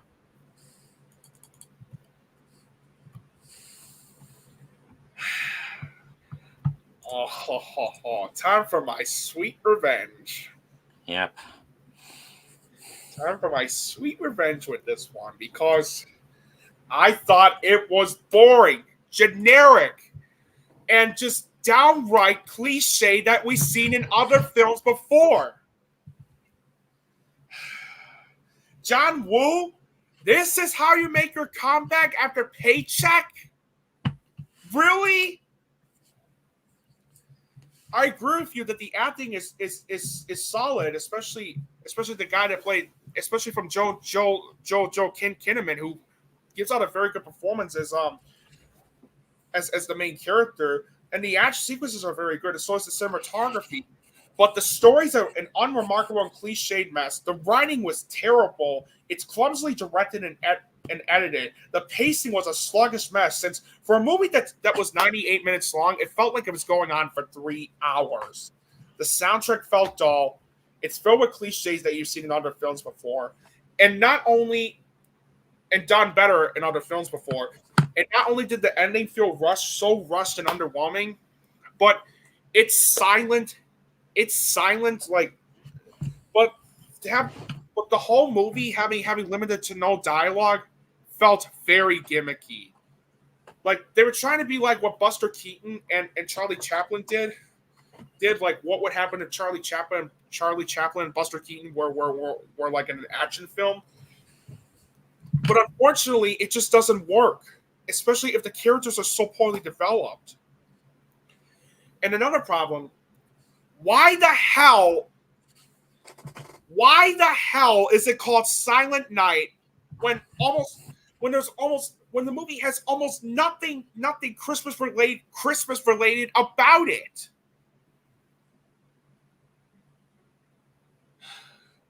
It just does not make a lot of sense. Yeah. And look, and speaking of the silent aspects, I know there were some films that done this before, like where characters have like limited to no dialogue, like The Triplets of Belleville and Shaun the Sheep the movie. But here's the reason why those films worked and this didn't. The Triplets of Belleville and Shaun the Sheep the movie were not only animated, but had characters that felt fleshed out and well developed. You can get on board with them. But in Silent Night, not only is it live action, but the characters, once again, they feel poorly developed and just forgettable, and it's hard to get on board with the silent treatment that the film has as a result of them being poorly developed. Yeah, 3 out of 10 or D+. I really despise this one. And now for our final two topics. And firstly, we have the 2023 National Film Registry submissions. We have A Movie Trip to Filmland, Dinner at 8, the Bolano Family Film Collection, Helen Keller in Her Story, Lady and the Tramp, Yes. Edge of the City, We're Alive, Cruising J-Town, Alambrista, Passing Through, Fame, the original movie. Yeah. Desperately Seeking Susan, The Lighted Field, Mateman, Home Alone, Queen of the Diamonds, Terminator 2 Judgment Day. Yes! The Nightmare Before Christmas. Yes! The Wedding Banquet, Maya Lin, A Strong Clear Vision, Apollo 13, Bamboozled, Love and Basketball, 12 Years a Slave, Yes! and last but not least, 20 Feet from Stardom. Yeah! And 12 Years a Slave made it on there too, which I'm very, very pleased by. Now before we now we look forward to 2024, which we hope is a lot better than 2023 in spite of its limited film lineup. Now I have some skeptical films first. Now the reason why I'm calling this skeptical because most of these movies I'm at least interested in, but they have one or two elements which kind of fear make me fear for it. Anyways, number 20 is a movie called Fixed. Now, I love Jendy Tartakovsky. His Hotel Transylvania movies are really well done. But If you'll excuse me, I'll be right back. I'm gonna go to the bathroom. all right. Now, I love Jendy Tartakovsky, but this premise is looking like it's yet going to be yet another sausage party or Strays. And Stranger Things, Stan, I am now that I've Godzilla minus one, I did find it online, and now that you mention it, I might actually see Godzilla minus one when I get to it. So be on the lookout. Number 19, I also have pretty low because this director made one of the best films of last year, Marcel the Shell, but Lilo and Stitch, the latest Disney live action remake. Number 18 is Alex Garland's Civil War because Alex Garland's last movie, Men, left much to be desired. Number 17 is I have Horizon and American Saga chapters 1 and 2. Now Kevin Costner is pretty much a hit or miss director.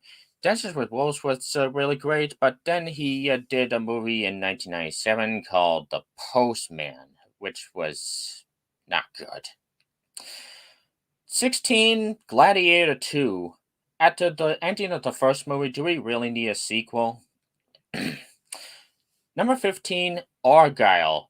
It's directed by Matthew Vaughn, but at the same time, it's written by the writer of Ice Age 4 and Japan. Number 14 is a movie that's been delayed more times than the New Mutants and Morbius, that being Whitebird. Hopefully that movie's way better than... Number 13, I have Garfield the movie, because the trailer didn't really impress me, in spite of it being the director of one of my favorite animated comedies, The Emperor's New Groove. Number 12, I have a tie, because both these two filmmakers are related. M. Night Shyamalan's Trap and The Watchers, directed by his daughter.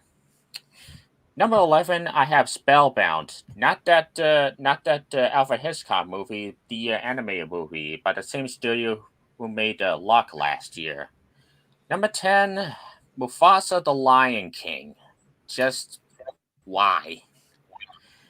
Number 9, Transformers 1. Now, this franchise has gone downhill, but hopefully Josh Cooley, who made Toy Story 4, hopefully he'll make a good movie. Number 8 is yet another January action. Number 8 is yet another January action movie by The Beekeeper by hit or miss filmmaker David Ayer. Number 7. Oh God, that was terrible. Number 7, The Electric State by the Russo brothers. Because they haven't made a good movie since Avengers Endgame. Number 6 is a sequel that looks like it's going to be a sequel Too Little Too Late. Twisters. Number 5, I have Alien Romulus, because honestly, I only liked 3 movies in this franchise, that being Alien, Aliens, and surprisingly Alien vs. Predator. But hopefully the director of the Evil Dead reboot can make this worthwhile. Number 4, the remake of Mean Girls. Oh my God, like, this looks so unnecessary. Number 3, why is this franchise still going? Despicable Me 4. Number 2, Eli Roth's Borderlands. And number 1, Why is this Spidey-less Spider-Man universe still a thing?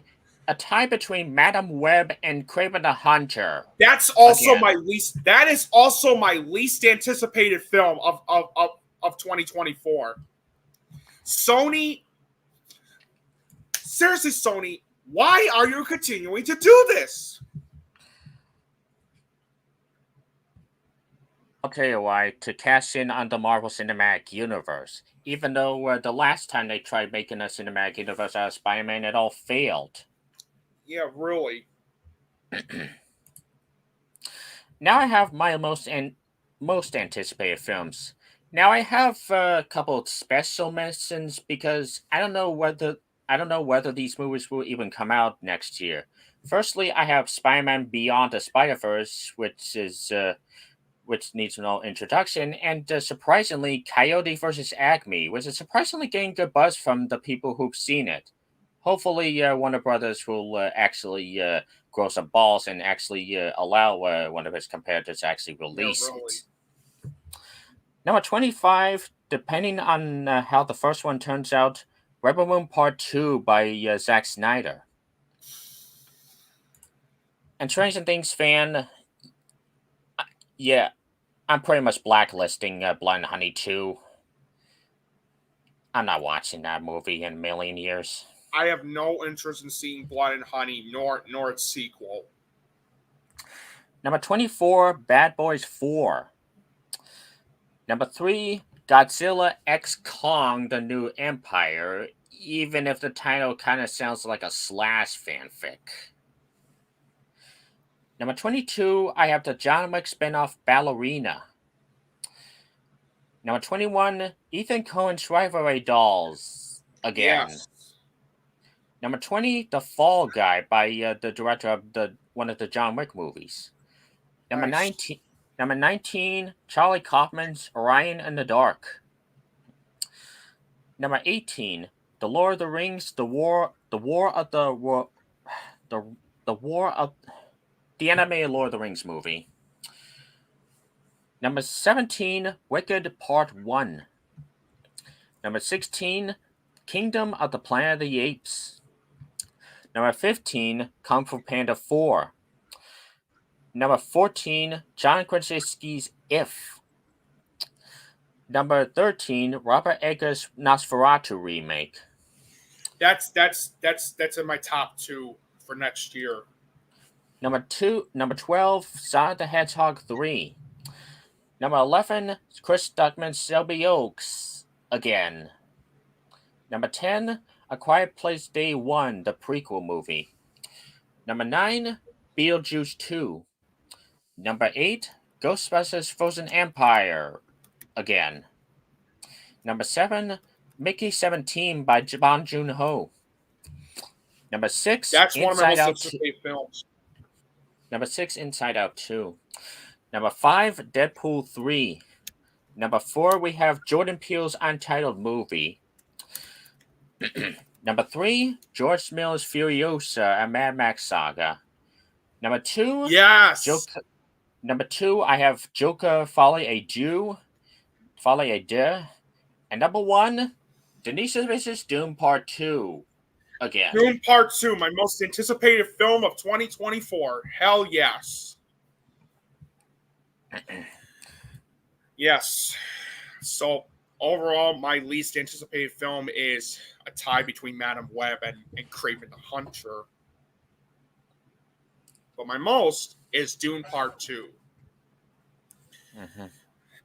All right. Well, guys, this was a long podcast, but I hope you guys enjoyed. I hope you guys enjoyed this podcast, and I certainly did, especially given our long reviews that we did. But you know what, we need to get it out there. But hope you guys enjoyed tonight's podcast. Yep, in the next podcast in a couple weeks, look forward to our upcoming movie reviews of movies like Wonka and Aquaman 2 and The Color Purple, lean up to the worst movies of the year. Yep. Yeah. This will be fun.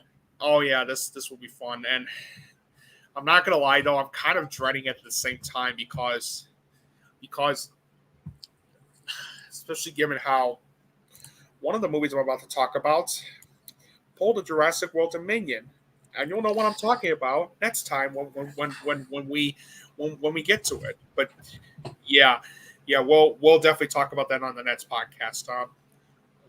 Cover that, I meant. But thank you guys very much for joining Søren and I on tonight's podcast. It was a lot of fun doing so. Be sure to subscribe to Søren's YouTube channel. The link is in the description below. Give him the love he absolutely deserves. He's a very talented creator and a really good friend to talk to. And thank you guys very much for joining the stream. And we'll be looking forward to seeing you on December 30th for episode 43 of the podcast. And also, hope you guys have a Merry Christmas. Have a Merry Christmas too. And and until we see you again for episode 43, have a nice weekend and Merry Christmas. Merry Christmas to all, and to all a good night.